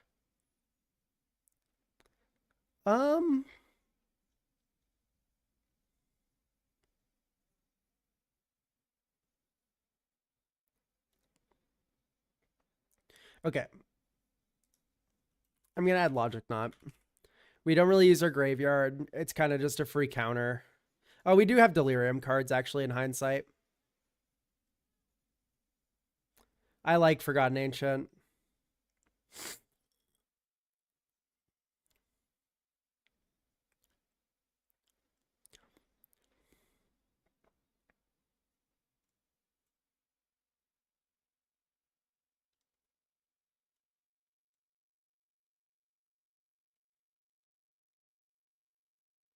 Yeah, Delay's pretty decent.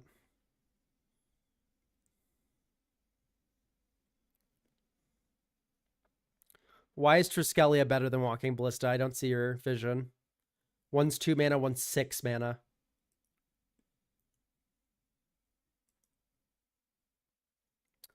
I kind of like the Court of Garen Brig. Hopefully it's cheap now. No, it's still $10. Elvish Reclaimer instead of Crop.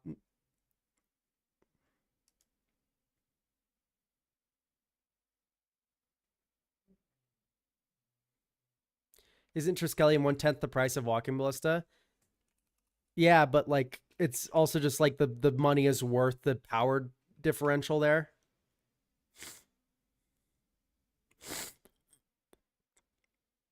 Sorry, I'm all sniffly.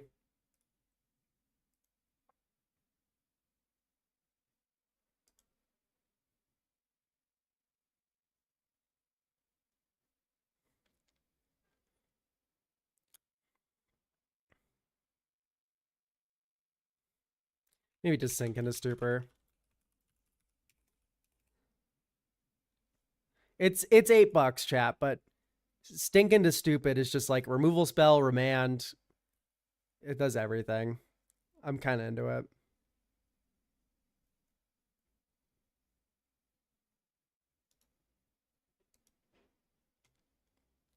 I don't really like Nadir Kraken though. I kind of want like another token generator. Is Tindershoot Dryad still $10 billion?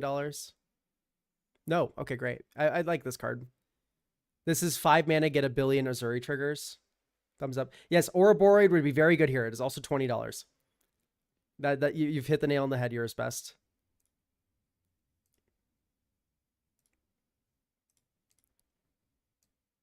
Okay, ditch the Chasm Skulker. Springheart Antuco, yes. Okay. You've cooked. Yes, Springheart. I do not like Awakening Zone. Awakening Zone is too slow. Springheart, however, beautiful addition.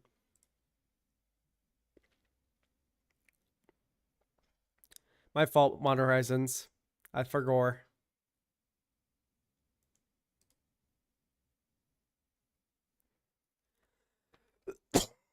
I wouldn't add the funny Rhino. I know the card you're talking about. Just got the Planar Genesis. Scootstorm is less gross than Springheart Antuco. In this deck, to be clear. I'd rather have access to green than any other color. Inker Bloom. And then here you go, Terra Symbiosis. Why wouldn't you develop the Champion of Lambholt? Because now you go dink, draw 4 cards for free.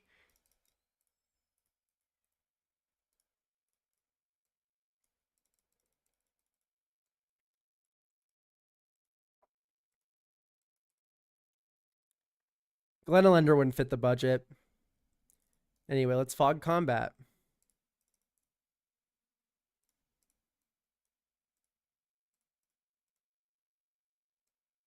Arasta. I kind of like the Arasta suggestion a lot. This is a perfect Arasta deck.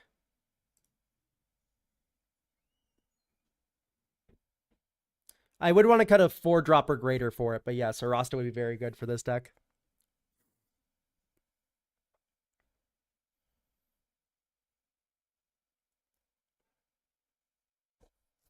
This is a 2-drop.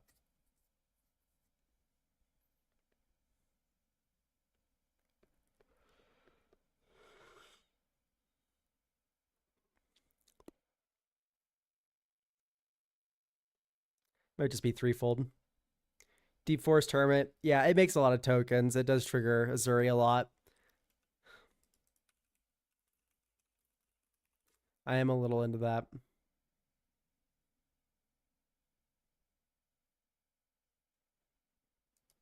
Yeah, let's do it. I'm into it.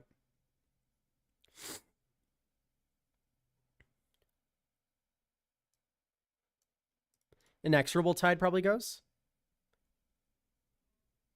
Oh, true. Tender Shoot does fall off a little.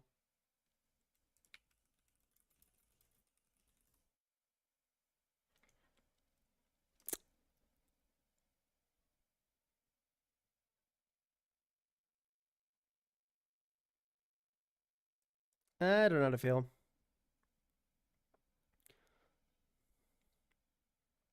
I like that it has that modality, but Camino Brewing's already in. Do we have a Heron Blade? Yeah, Heron Blade Elite would probably be very good in this deck. I don't know how many humans we're already running. 7. Yeah, that's decent. I kind of just like that inherent synergy. All right, I think this deck's good to go. Oh, Cold-Eyed Selkie. Yes, yes, yes, yes. Hang on, wait. Cold-Eyed Selkie needs to be in.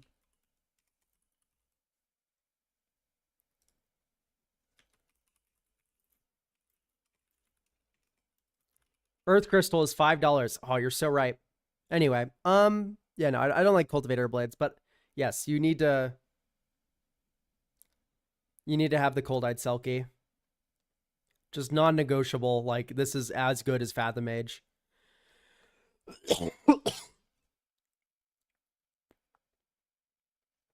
Maybe just Carnivorous Canopy.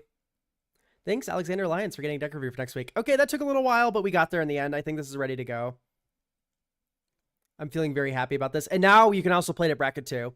I feel very confident that you can play this at bracket 2, and you can also play it at bracket 3, and it will perform pretty well.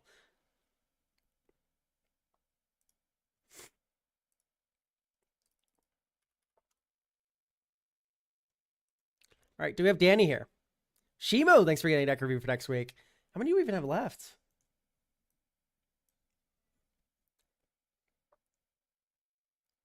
The answer is, drumroll please, Iridescent Horn Beetle was the first card that was in the deck. It was mentioned in the review.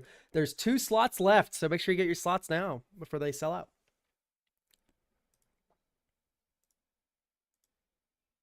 Thirsting Roots and Bushwhack were in the deck. They're both in. Oh, thanks for the bits, Pyrotic Blaziken.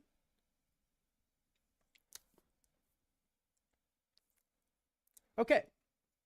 Danny, Voltron, Goad, Extra Combat, Stagger with Lightning.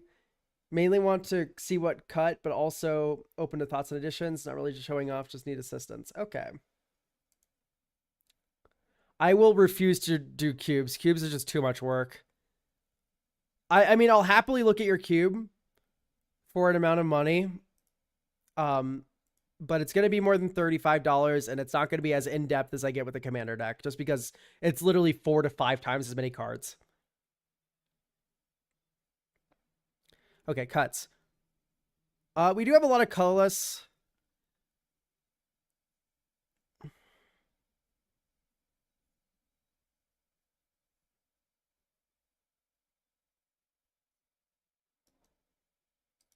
Okay, what are we doing with the 3-mana rock? Yeah. There's some clunk going on.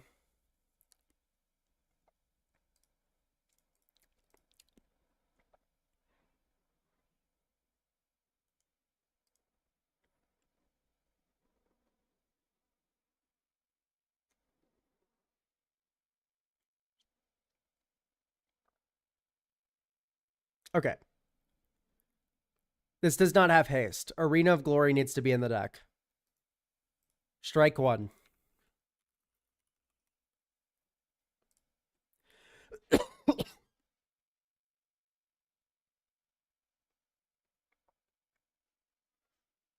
Whoa.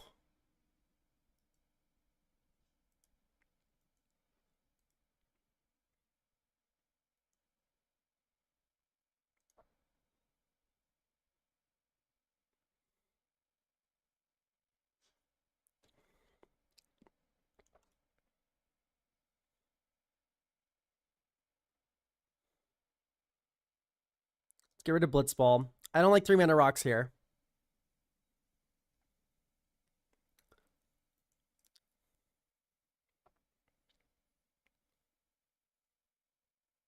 Ruby.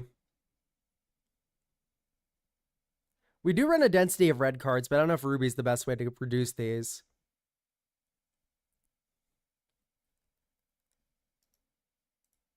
Yeah, I don't know how I feel about the ramp in this deck. Like, I feel like we just want to kind of drop equipment, then drop lightning late, and then start going ham.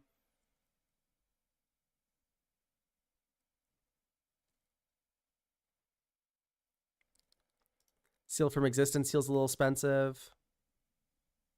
What are we doing with Slicer? Oh, we're just passing it around after. Okay, we're off enough colorless spells that I don't like Ugin anymore. Although you might want to add it back when Iona gets unbanned.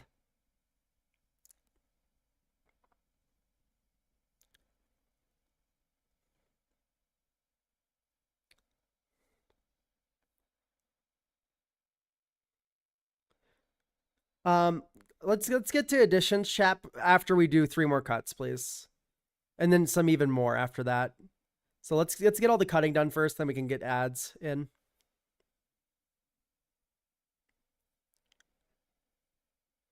Collective fucking effort.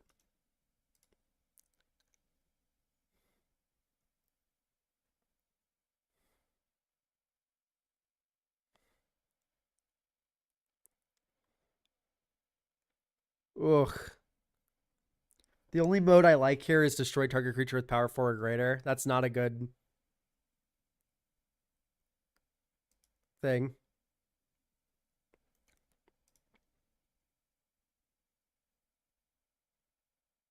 Five mana to have a budget Boros Charm.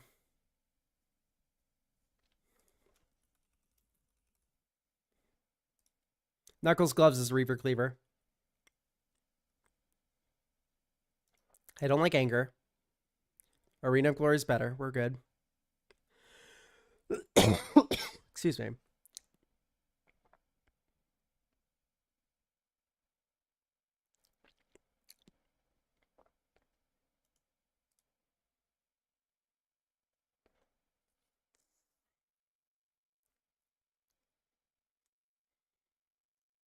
No. Uh-uh. I don't like these low quality cards that kind of just feel like they're in there because they're from Final Fantasy. Okay.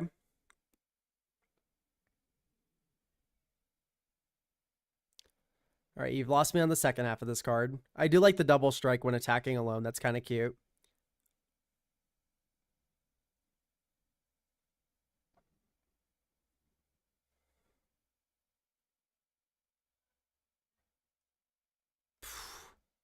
Four mana. 5 mana for your first equip. I don't like Cloud. Like, we want to be equipping to Lightning, I presume.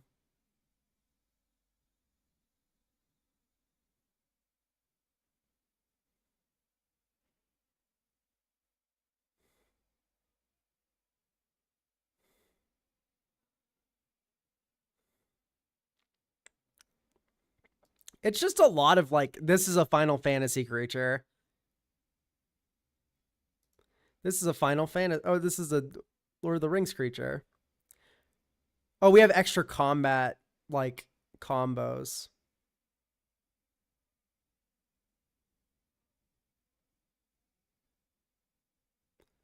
Do we? No, we don't. We don't run, Okay, I see. I misunderstood. Yeah, Evolving Wilds should be Ash Barrens if it's in the deck. I didn't even look at the lands yet.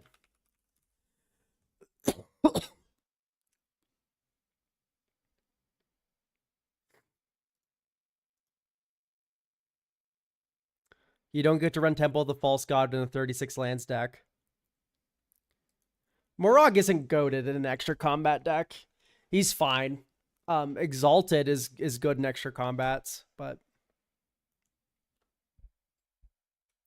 not a lot of cards have that word that are good. Is Karlak here?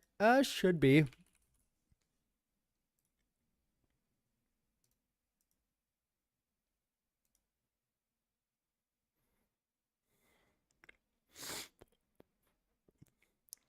I don't know if we have a equipment that we really particularly enjoy that we want Kellen.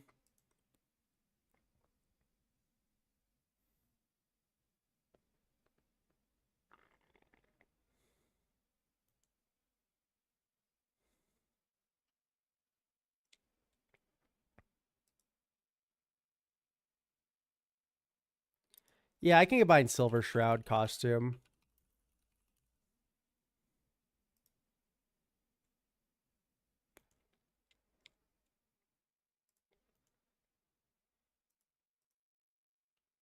Ardennes.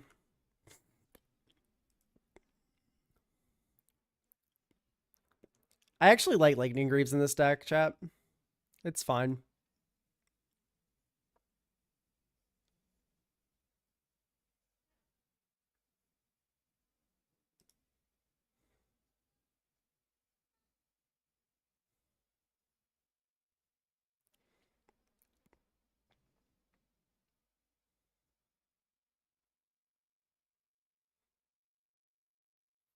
I mean, let's just add the iconic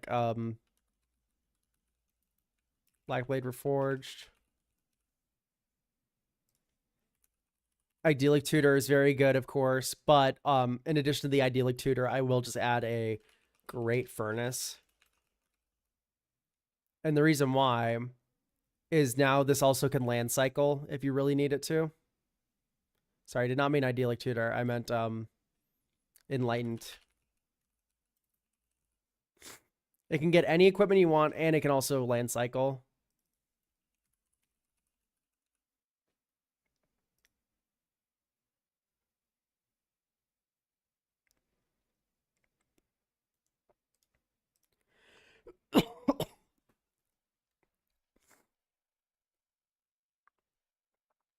Savins is fine.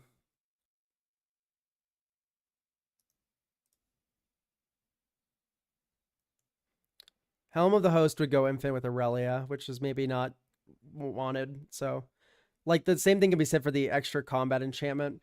Kedis I like. Kedis is fun. Kedis is already in. I don't like Lizard Blades. Is it fighting Soul Ring better than a land in most cases? I guess. But still, just running the Great Furnace is fine.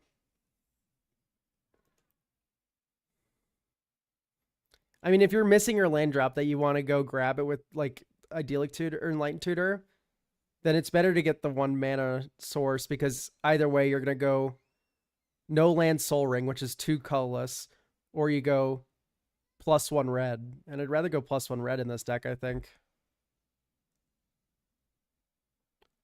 Ramas Ekor. I'm not sure what that means, but let's look at it. That's in the deck. Very good.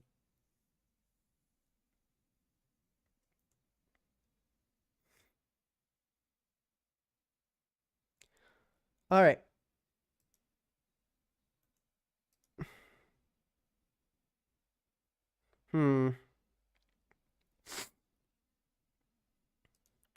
Facebreaker.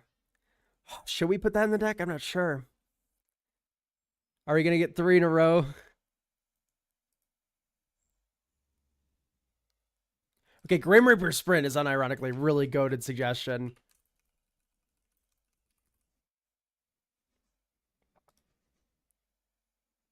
Grim Reaper Sprint. Aha. Very good card.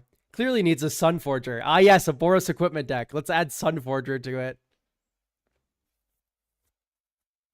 Iroas is fine.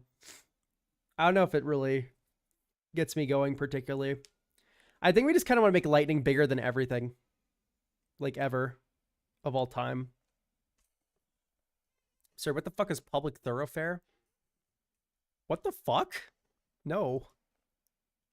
Don't play that.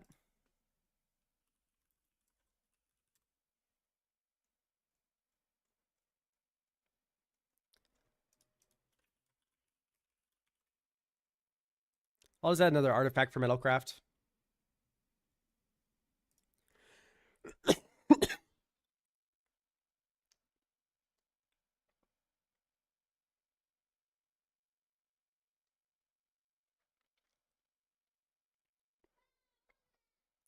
Brunor Battlehammer.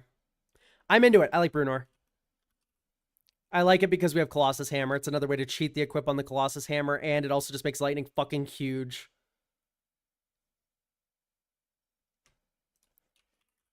Single combat. Chatter Beard Broken has just reminded me that I actually do really like this card in a Voltron-y style deck like this. All right, let's play this out. Okay, Great Furnace. Cycle with Ash Barrens, get planes.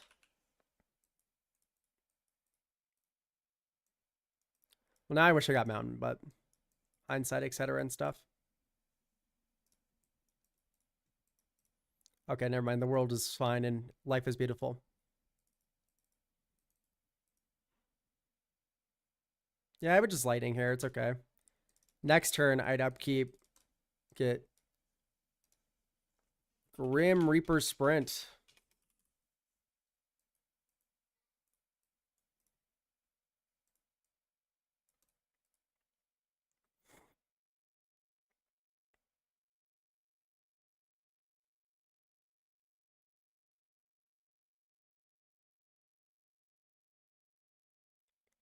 Dink, dink, attack you.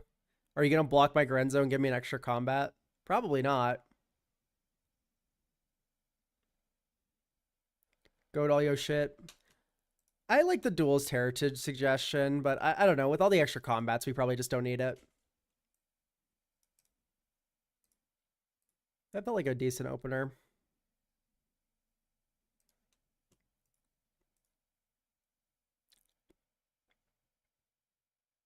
Yeah, true. You can Duelist Heritage on opponents' turns as well. Give their attacker extra boost against someone else. I don't know who's going to side with the Lightning player, but you could just, like, absolutely murk a single person with Lightning damage amplification. Also, Giselle is here.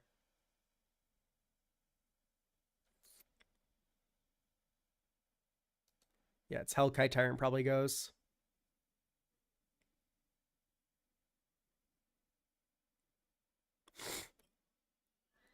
Some people like to go around the table with attacking. Okay, so I don't know if you play in the same play groups that I do. Obviously not.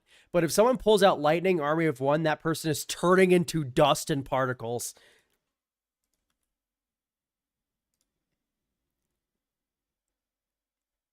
I don't really like Rewind.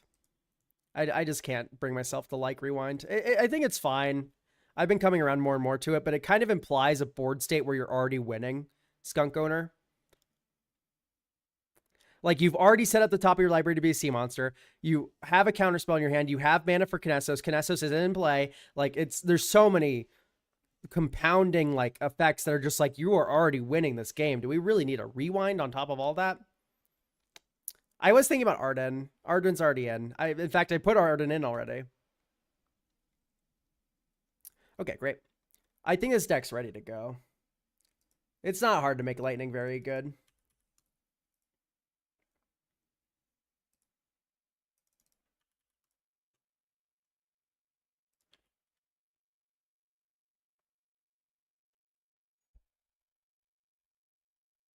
Frodo.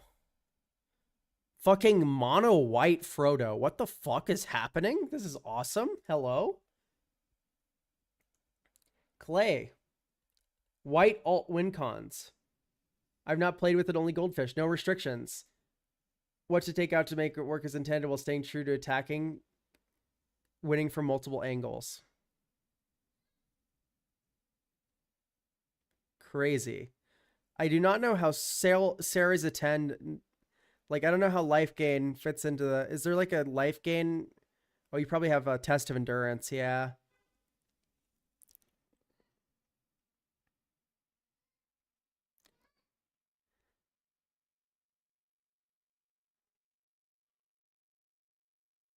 Okay, we're not doing rewards of diversity.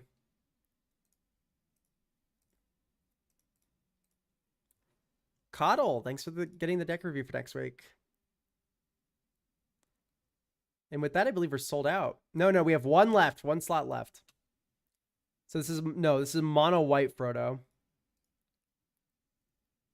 So, I see Silver Shroud costume.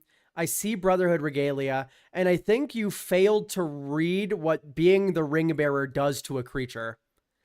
That is just my inherent thought, that you do not understand that this thing is fucking unblockable already. It will get through. I promise it'll get through. It's okay. The last one is available for Tuesday. With peace and love, I say Frodo is unblockable. Do not worry. And if you are worried, it's okay. Hey, listen, pal, it's okay. Access tunnel. Run it in the lands. And then you get to run a nice Weathered Wayfarer package.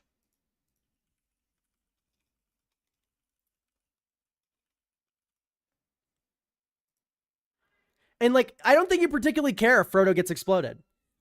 So I don't know if you need protection equipment. Because, like, if Frodo gets turned into ash, it doesn't really matter. He's 1 mana, and you have 50 other win conditions. It's okay. Let him turn into dust. It's fine. It's just fine.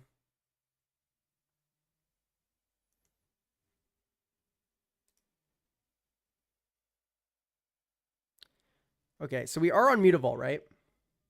Okay, great. Mutavault, Book of Exalted Deeds. I don't know if I'd call that a win, but it's definitely in there.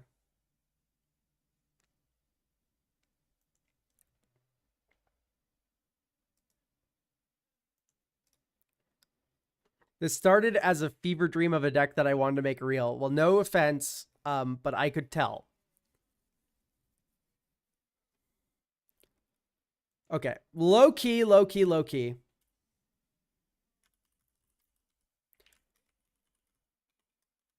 I want to add Solemnity to this deck. The question is it bad? Yes, because Guide of Souls is in the deck.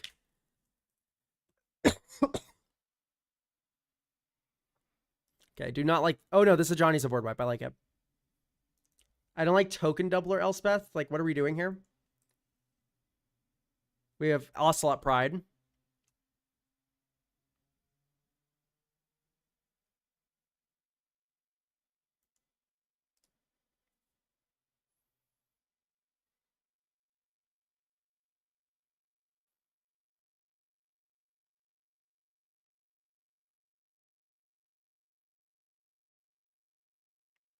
No, there's some ring temping happening here and there.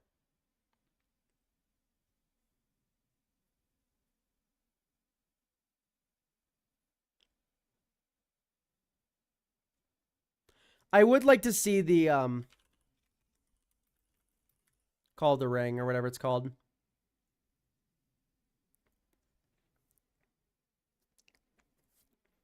I know it's a black card in this like mostly white deck, but like this is one where it's just like, come on. I think this one's just so good.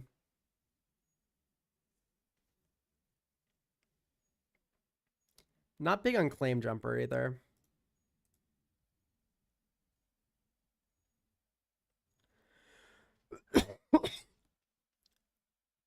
Yeah, I don't know why Golem's in here either, but it's fine.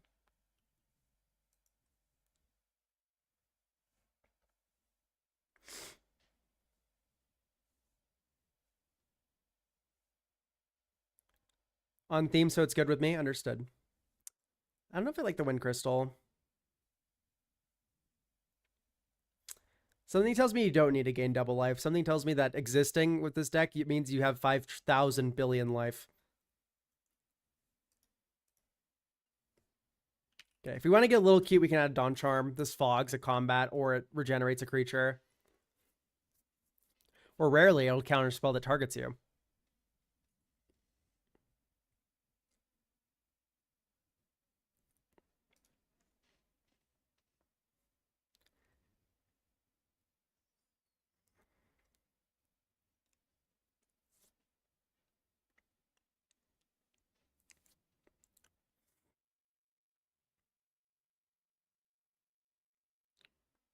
No, I wouldn't add any Nazgul in here.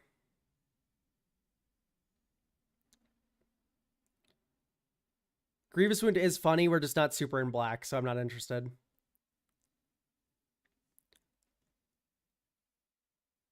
Honestly, like, just Solitude.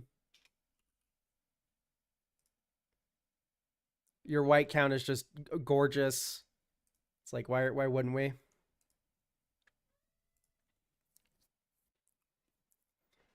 Mask of Memory. Whenever Frodo does combat damage, we draw a card. And then uh,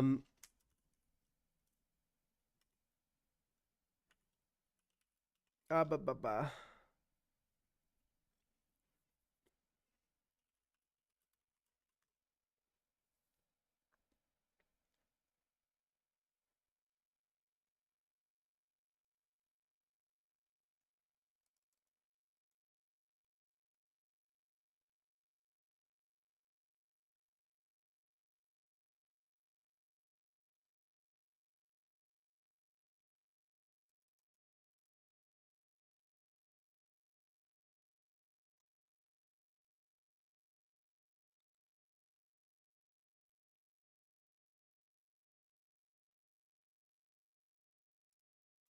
probably just Sam's Desperate Rescue. All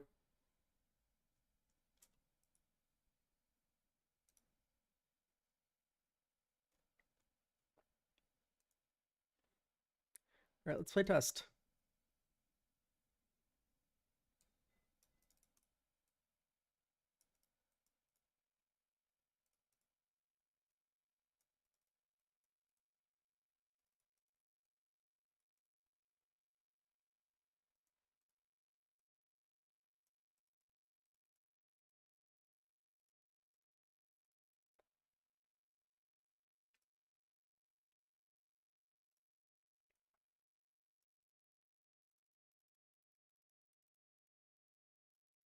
Lol.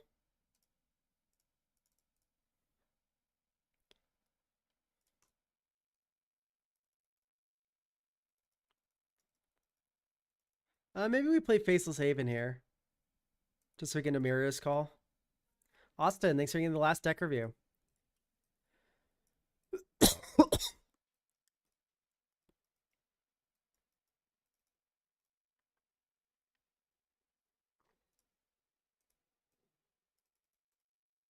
Okay.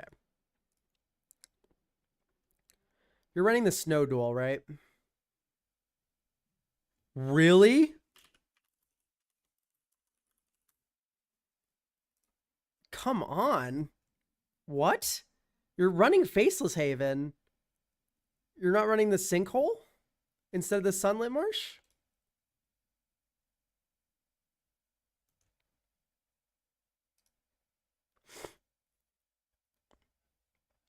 If we wanted to do Barren Glory, and for those that don't know what Barren Glory is, I would play Pitiless Carnage.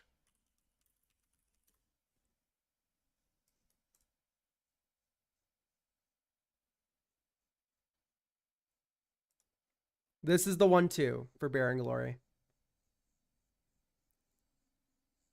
And ideally, you need a way to discard your hand as well. So it's a little hard to do. I think Barren Glory is a little too cute.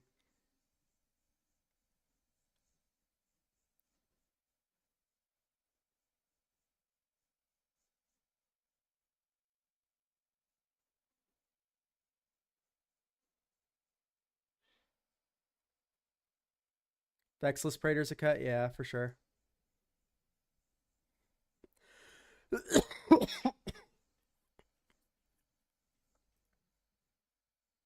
Hmm.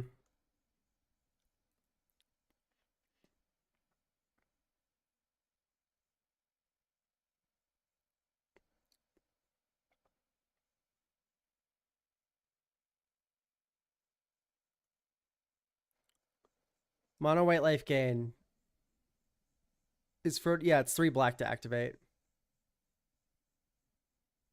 But we do run a lot of black fixing, enough to activate it. Maybe just like an Urborg, honestly, though.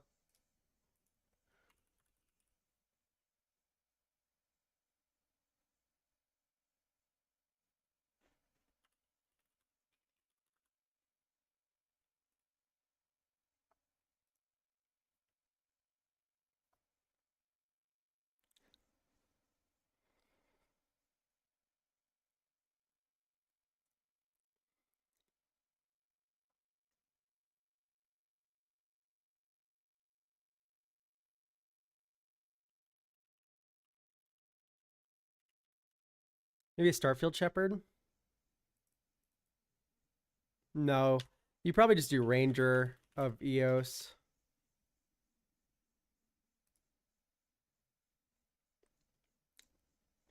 Because you get 2 1-drops, and then you can just go Guide of Souls and Hurlububu.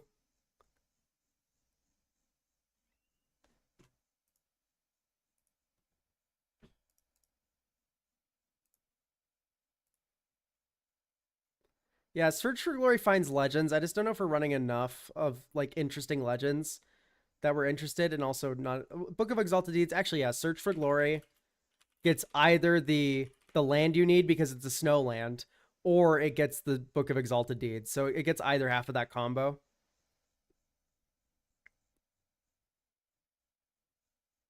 And just cut Mongara.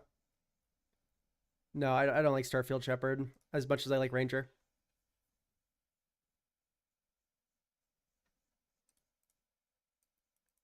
Okay, turn 1 Ocelot Pride. Hooray.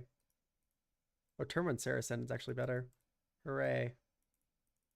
Turn 2 Ocelot Pride. Bonk. Kitty cat.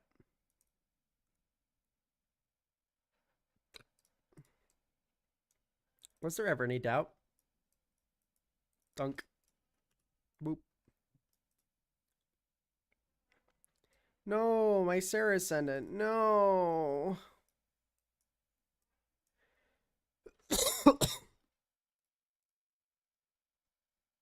The ring.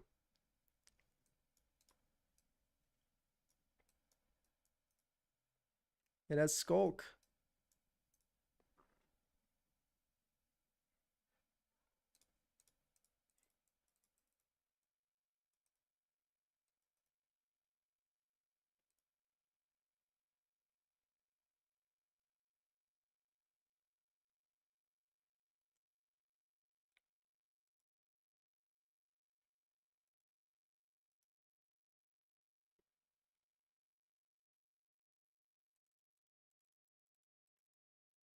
Plaguewind.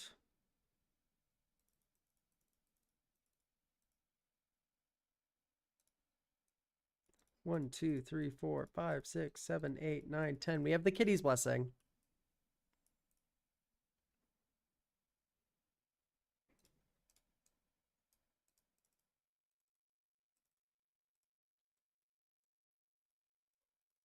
Someone dies to Strixhaven Stadium.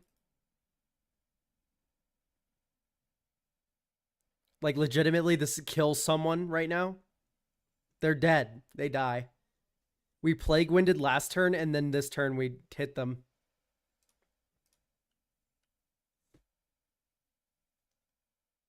Okay. This is humming a lot better. I'm into it. I was about to say, the only thing is maybe a Grand Abolisher, and you already have it. So I like the token game plan. I'm happy with this. This is pretty cool. Maybe an Elesh Norn. Maybe an Elesh Norn. It's like 7-mana Elesh Norn would be broken in this deck. That's the only thing that I can really even think of.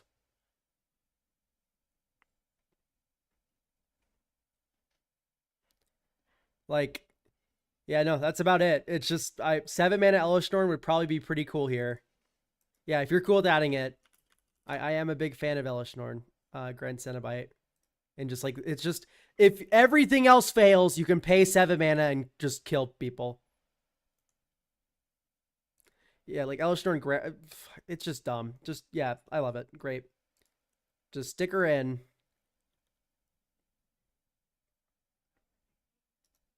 Yeah, it's probably just Horn of Gondor that gets cut. It's just a little too mana intensive, and we're probably not on too many humans. 15 humans is a lot, but maybe not enough for the Horn. Okay. Last up. Alayla by Icy Phillip.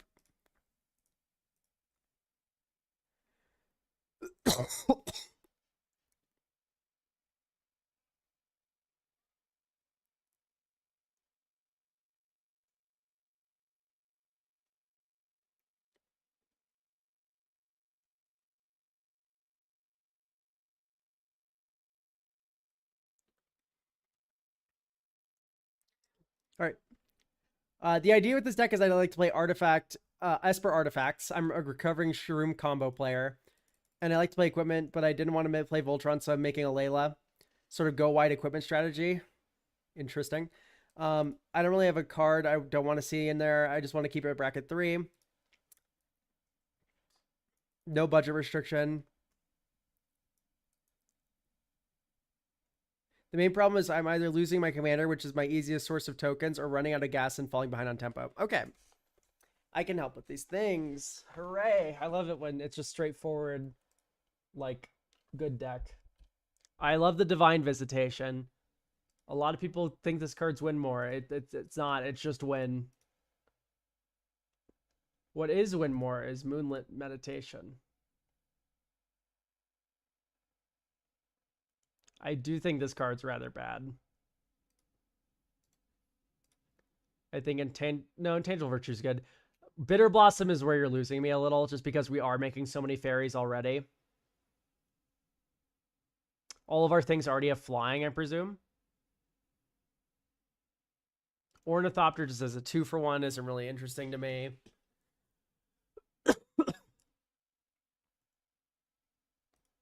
I like Bitter Blossom in some decks. I don't like it in this one, though, where we just like get flyers for free forever.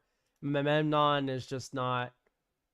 you can't do it in a 34 artifact deck, I think. You need more. Are we doing Pilipala? I don't see Pilipala. What's happening? Is this just an anthem?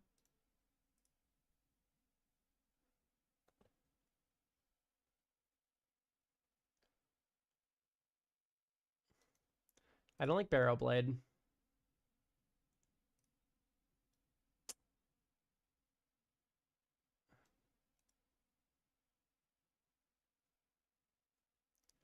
I kind of like the Lumen Class Frigate. That's fun. Oh, Sword of the Meek. Do we have Thopter Foundry? We don't have Thopter Foundry. What the fuck?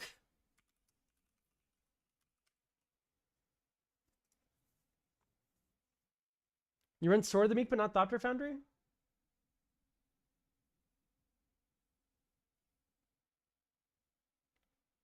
Sack a non-token artifact. It's Sword of the Meek. Put a 1/1 Thopter into play. Okay. Oh, 1/1 entered. Bring back Sword of the Meek. You also gain a life every time. Hooray! Yeah, Commander already has Death Touch and Lifelink. I don't like Basilisk Collar. Clamp is, of course, broken.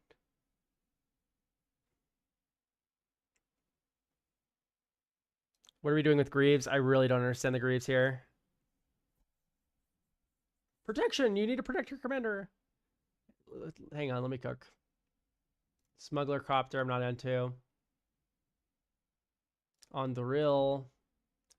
Let me know if you really want to keep the equipment theme. I just don't think it's that good. I think I like the swords a lot.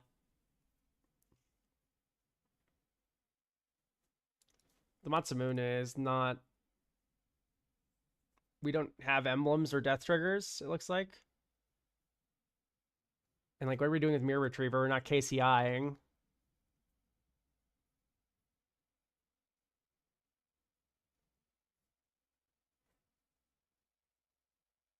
Our commander puts little guys at 2 toughness. Huh?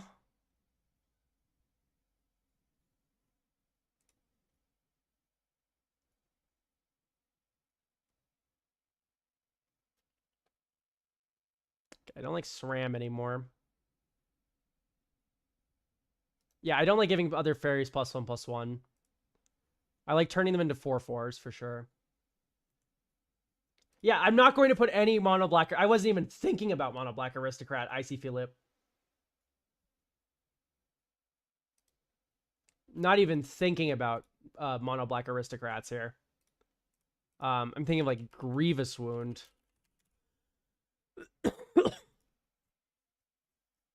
Yeah, and Tangible Virtue probably gets cut. Like, I probably wouldn't run Anthems in this deck.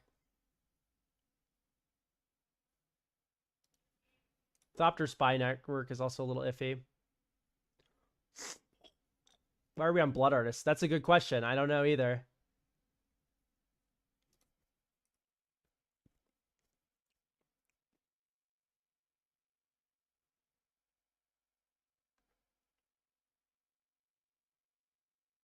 All right.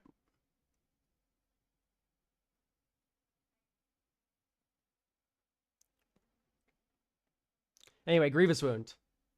Deal combat damage to a player. They lose half their life rounded up. This is very good with Evasive Little Fox. And we are actually a white deck playing this card. So that means we have a lot of options to bring Grievous Wound back from the graveyard. Those options I cannot think of at the moment, but if you give me a moment, I will come up with some that are good.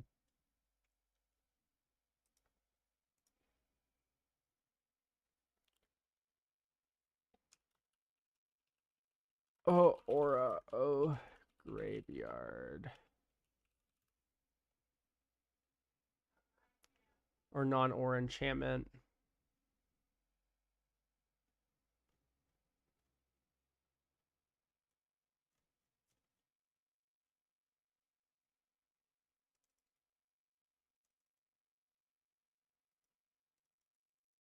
Rise to Glory is fine. Savine's Reclamation. So, I don't know if you know this, but Savine's Reclamation doesn't bring back any fucking permanent you want.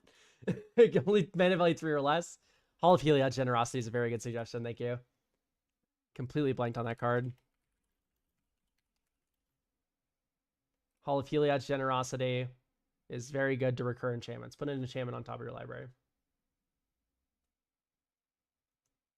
Yeah, I would just go for like Evasive Little Fox as Zero Layla theme. Like, I kind of like the Flyers angle this deck has, while still having that artifact enchantment core, which we're going to buffer up here. Abuelo's Awakening can work, so we don't have reading comprehension, it appears. Return target artifact or non-aura enchantment. Aura. Okay. So,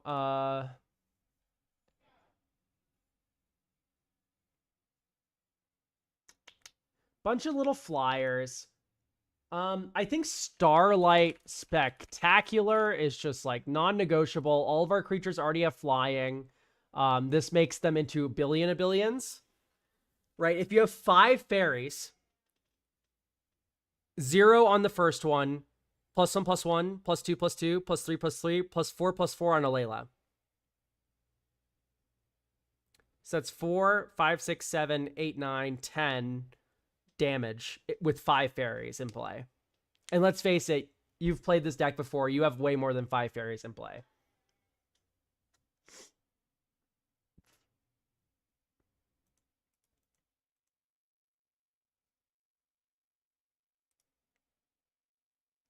So what's the lore behind the... I guess Vault of Whispers is just good for dispatch.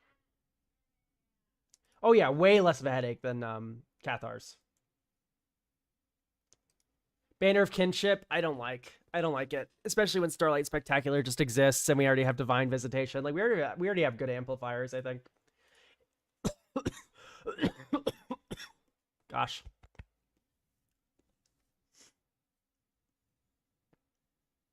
Welcome back, Spoopy Nerd.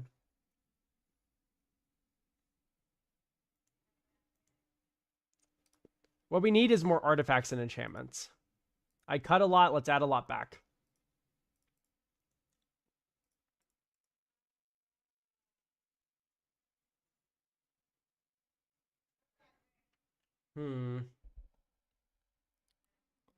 Maybe we want to add like Enduring Curiosity,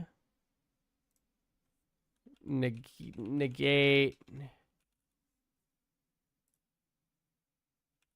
Fear of Impostas.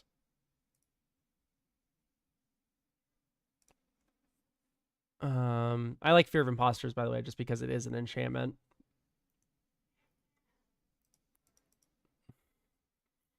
Maybe just like a Nihil Spell Bomb. Probably can't have too much artifact or graveyard hate. Arden. Why? Arden, we have 9 equipment and 2 auras. Mask of Riddles I'm not into, but Mask of Memory I am. Very into Mask of Memory. I think a deck like this just needs a lot more counter magic.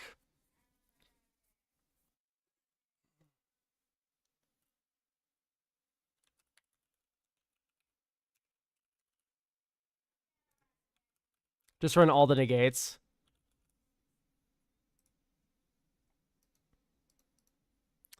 And I think the reason why is because once you have a Layla on board and you get like a couple artifacts down, the ability to just hold up 2 mana, no board clears forever is just so incredibly invaluable. Enduring Curiosity. Yeah, Taste of Karlov probably isn't worthwhile. Oh, whoops, I already added it. Or it was already there.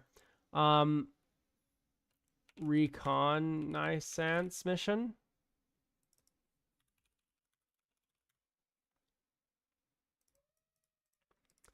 Biden of Thassa.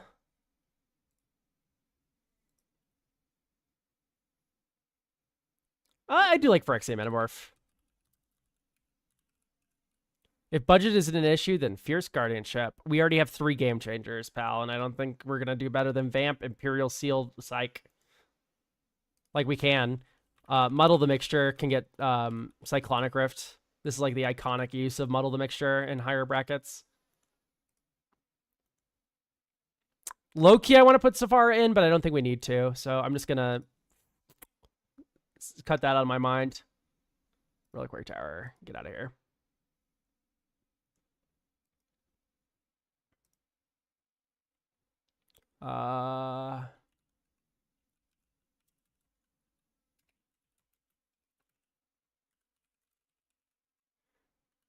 What is the name of this landscape? Contaminated.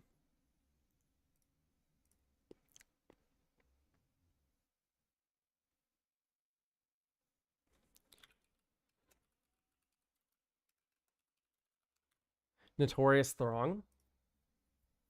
I kind of just like extra turn. Kind of just funny.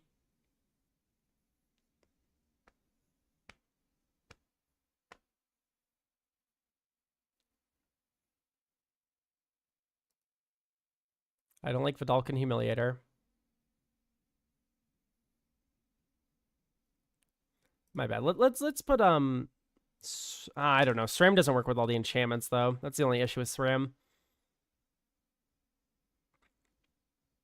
Yeah, Tashar, we're running 1, 2, 3, 4, 5, 6, 7 creatures he can return. Is there enough artifacts for Earth Uthros? I don't think I can say yeah to that safely. Yeah, I don't like Vidalcan Archmage. Vidalcan Archmage is already in the deck, but I don't even know if I like it. It's 16 artifacts, or 29 artifacts, I guess, but that's in counting the lands. Time Civ combo, what the fuck? For why? How are we making a ton of artifact tokens? Like, I don't want Sharding Sphinx if we're going that direction, and we don't. Let's just keep it to flyers.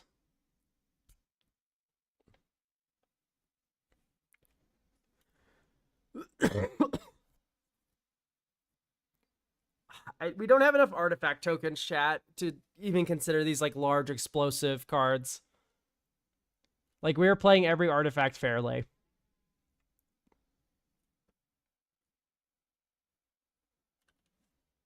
So keeping that in mind. Favorable wins is bad. I would not add favorable wins. We have Skull Clamp.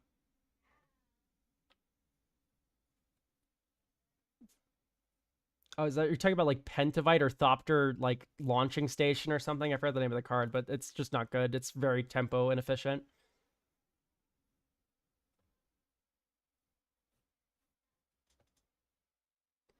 Stoic Rebuttal. Yeah, just run Mana Drain, pal. Thopter Foundry, Sword of the Meek, Time Civ is infinite turns. I guess so, yeah. And we're already running. Okay, I see. Yeah, we can run Time Civ. You do need to disclose this pregame and be like, hey guys, I do have an infinite turn combo in here, and that's technically chaining turns, but if I get it, it's just over. Right, like you just win.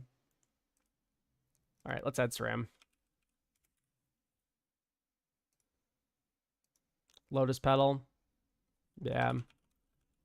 Lotus Petal is just very good, isn't it?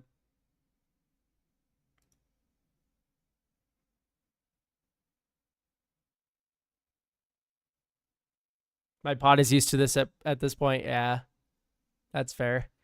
Okay.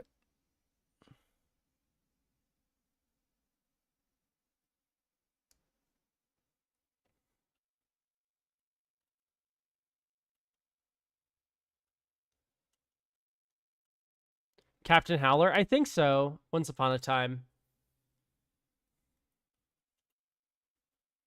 It was many months ago, though, Tatus.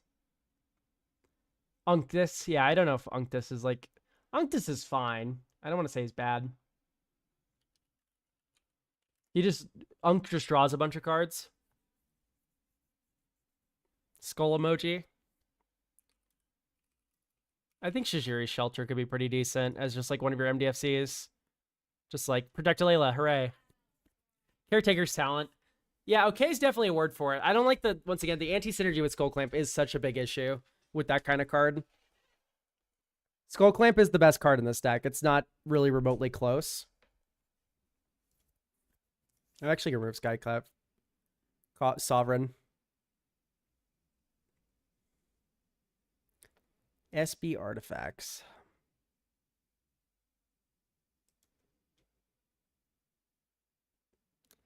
SB Artifacts. All right, well, we have 7 more slots for artifacts, so let's keep the ball rolling.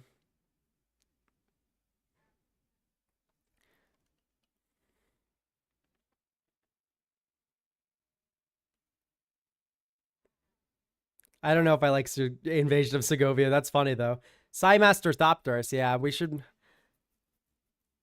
Oh, I thought I put it in. Again. Strange.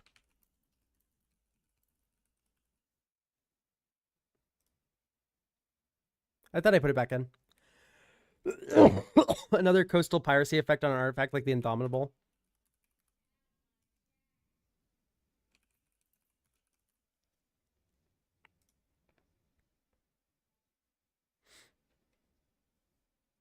Is the talent not worth it just for the card draw? I think the answer is no. Like, I would rather run an Enduring Innocence.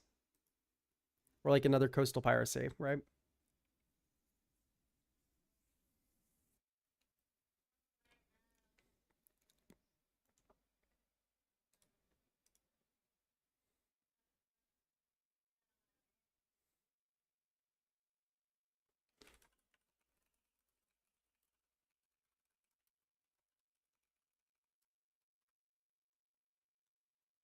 Certified Rory moment. Are you my Rory?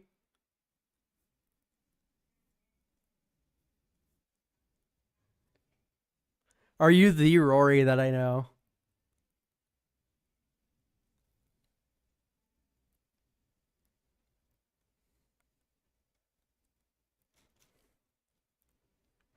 I am on the Discord. Okay, but not Denver Rory.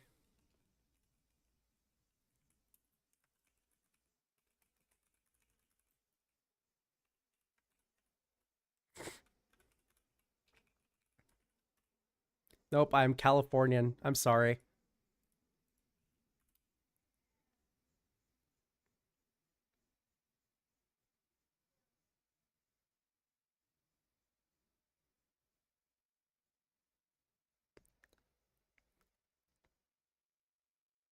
God, is it really just like Archaeobender or whatever it's called?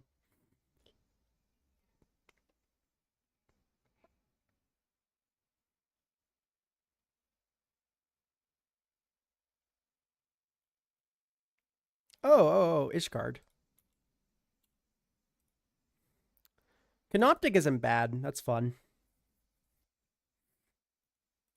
Yeah, I like Canoptic.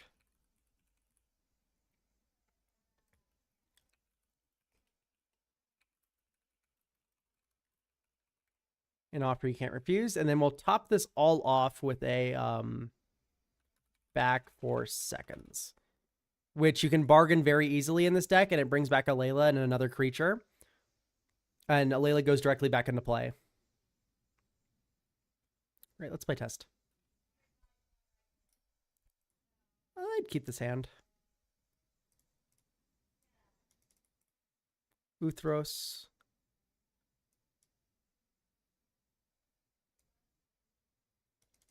Tap land. Shock. Drop the Nihil.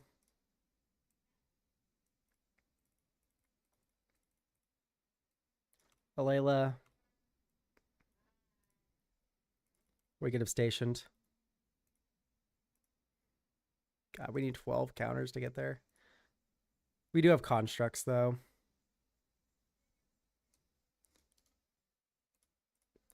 Pass. Very Mastermind. This goes here. We have 1, 2 artifacts. Hot damn. Okay, this goes to 2 counters. Probably just pass here. So just by 1, 2, 3.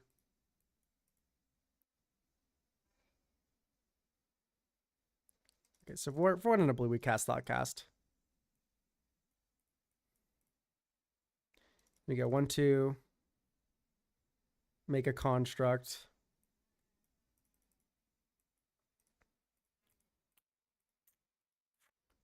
And then you go 1, 2. So this is 7. 1, 2, 3, 4, 5, 6, 7.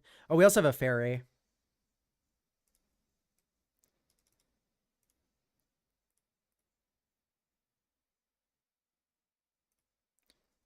All right, so draw step, and then Urza Saga pops. Floated colorless.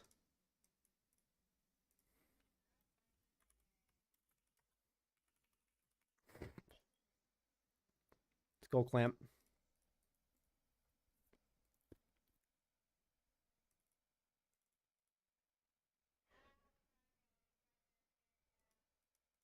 I mean, it did take a few turns to get Uthros there. The new Weather Day album is an hour long, Rory. It's an hour and 10 minutes. Okay. So here, We're going to go 1 Skull Clamp Fairy. We're going to go 1 Skull Clamp Fairy.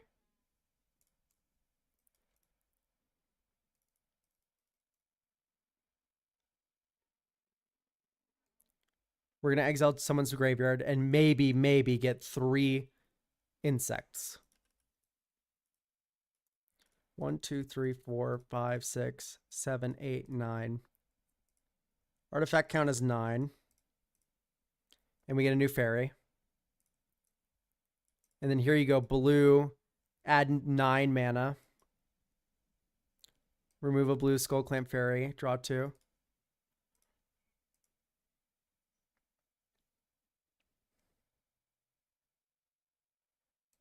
Adaptive Omni Tool.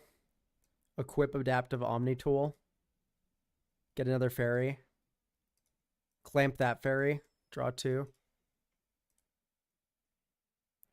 At this point, Alayla is 1, 2, 3, 4, 5, 6, 7, 8. 1, 2, 3, 4, 5, 6, 7, 8, 9, 10. Okay, yeah, it is +10/+10. Or you can even hope a Girper probably. Get another fairy. Move the Swift Boots onto Hopu Girper. Hit the control player, sack it so they can't board wipe you. Move the Swift Foot Boots back. Great. I mean, that feels pretty comfortable for turn 7. I think it was a little slow on the uptake.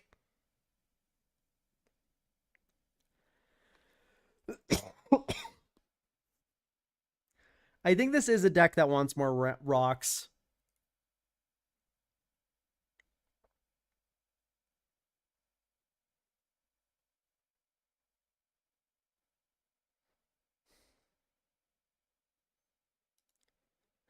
I don't think there's enough artifact creatures for Sharding Sphinx. Let's just run the Arcane Signet and the Fellwar Stone.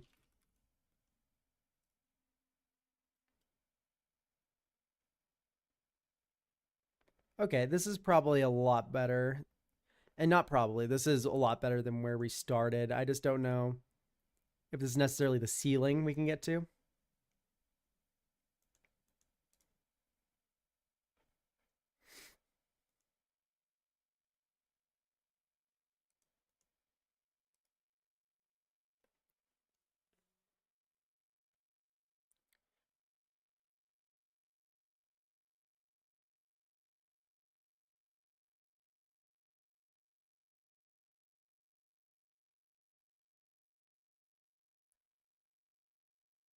Yeah, I think this is just good to go. I think this deck's gonna do just fine.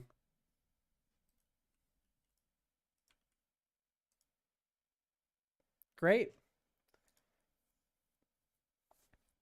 So, YouTube, that does it for us. Would you bring the deck down to a... This deck is not bracket 2. You need to take out Psych Rift, Vamp Tutor, Imperial Seal. You get a little closer to bracket 2 by doing that. I don't know if you're necessarily there yet. Even if you did that, this will do enough at bracket 3. You have enough interaction. You have enough tempo plays. Don't tap out. Keep up your mana for your interaction, and you should just be fine. But I think I'm done. My throat's gonna explode. So sadly, YouTube, that does it for us. But Twitch, we will be rating out. Thank you all for stopping by the stream and stuff. I'm really happy that dual streaming's working again, and pretty easy to do. So yeah.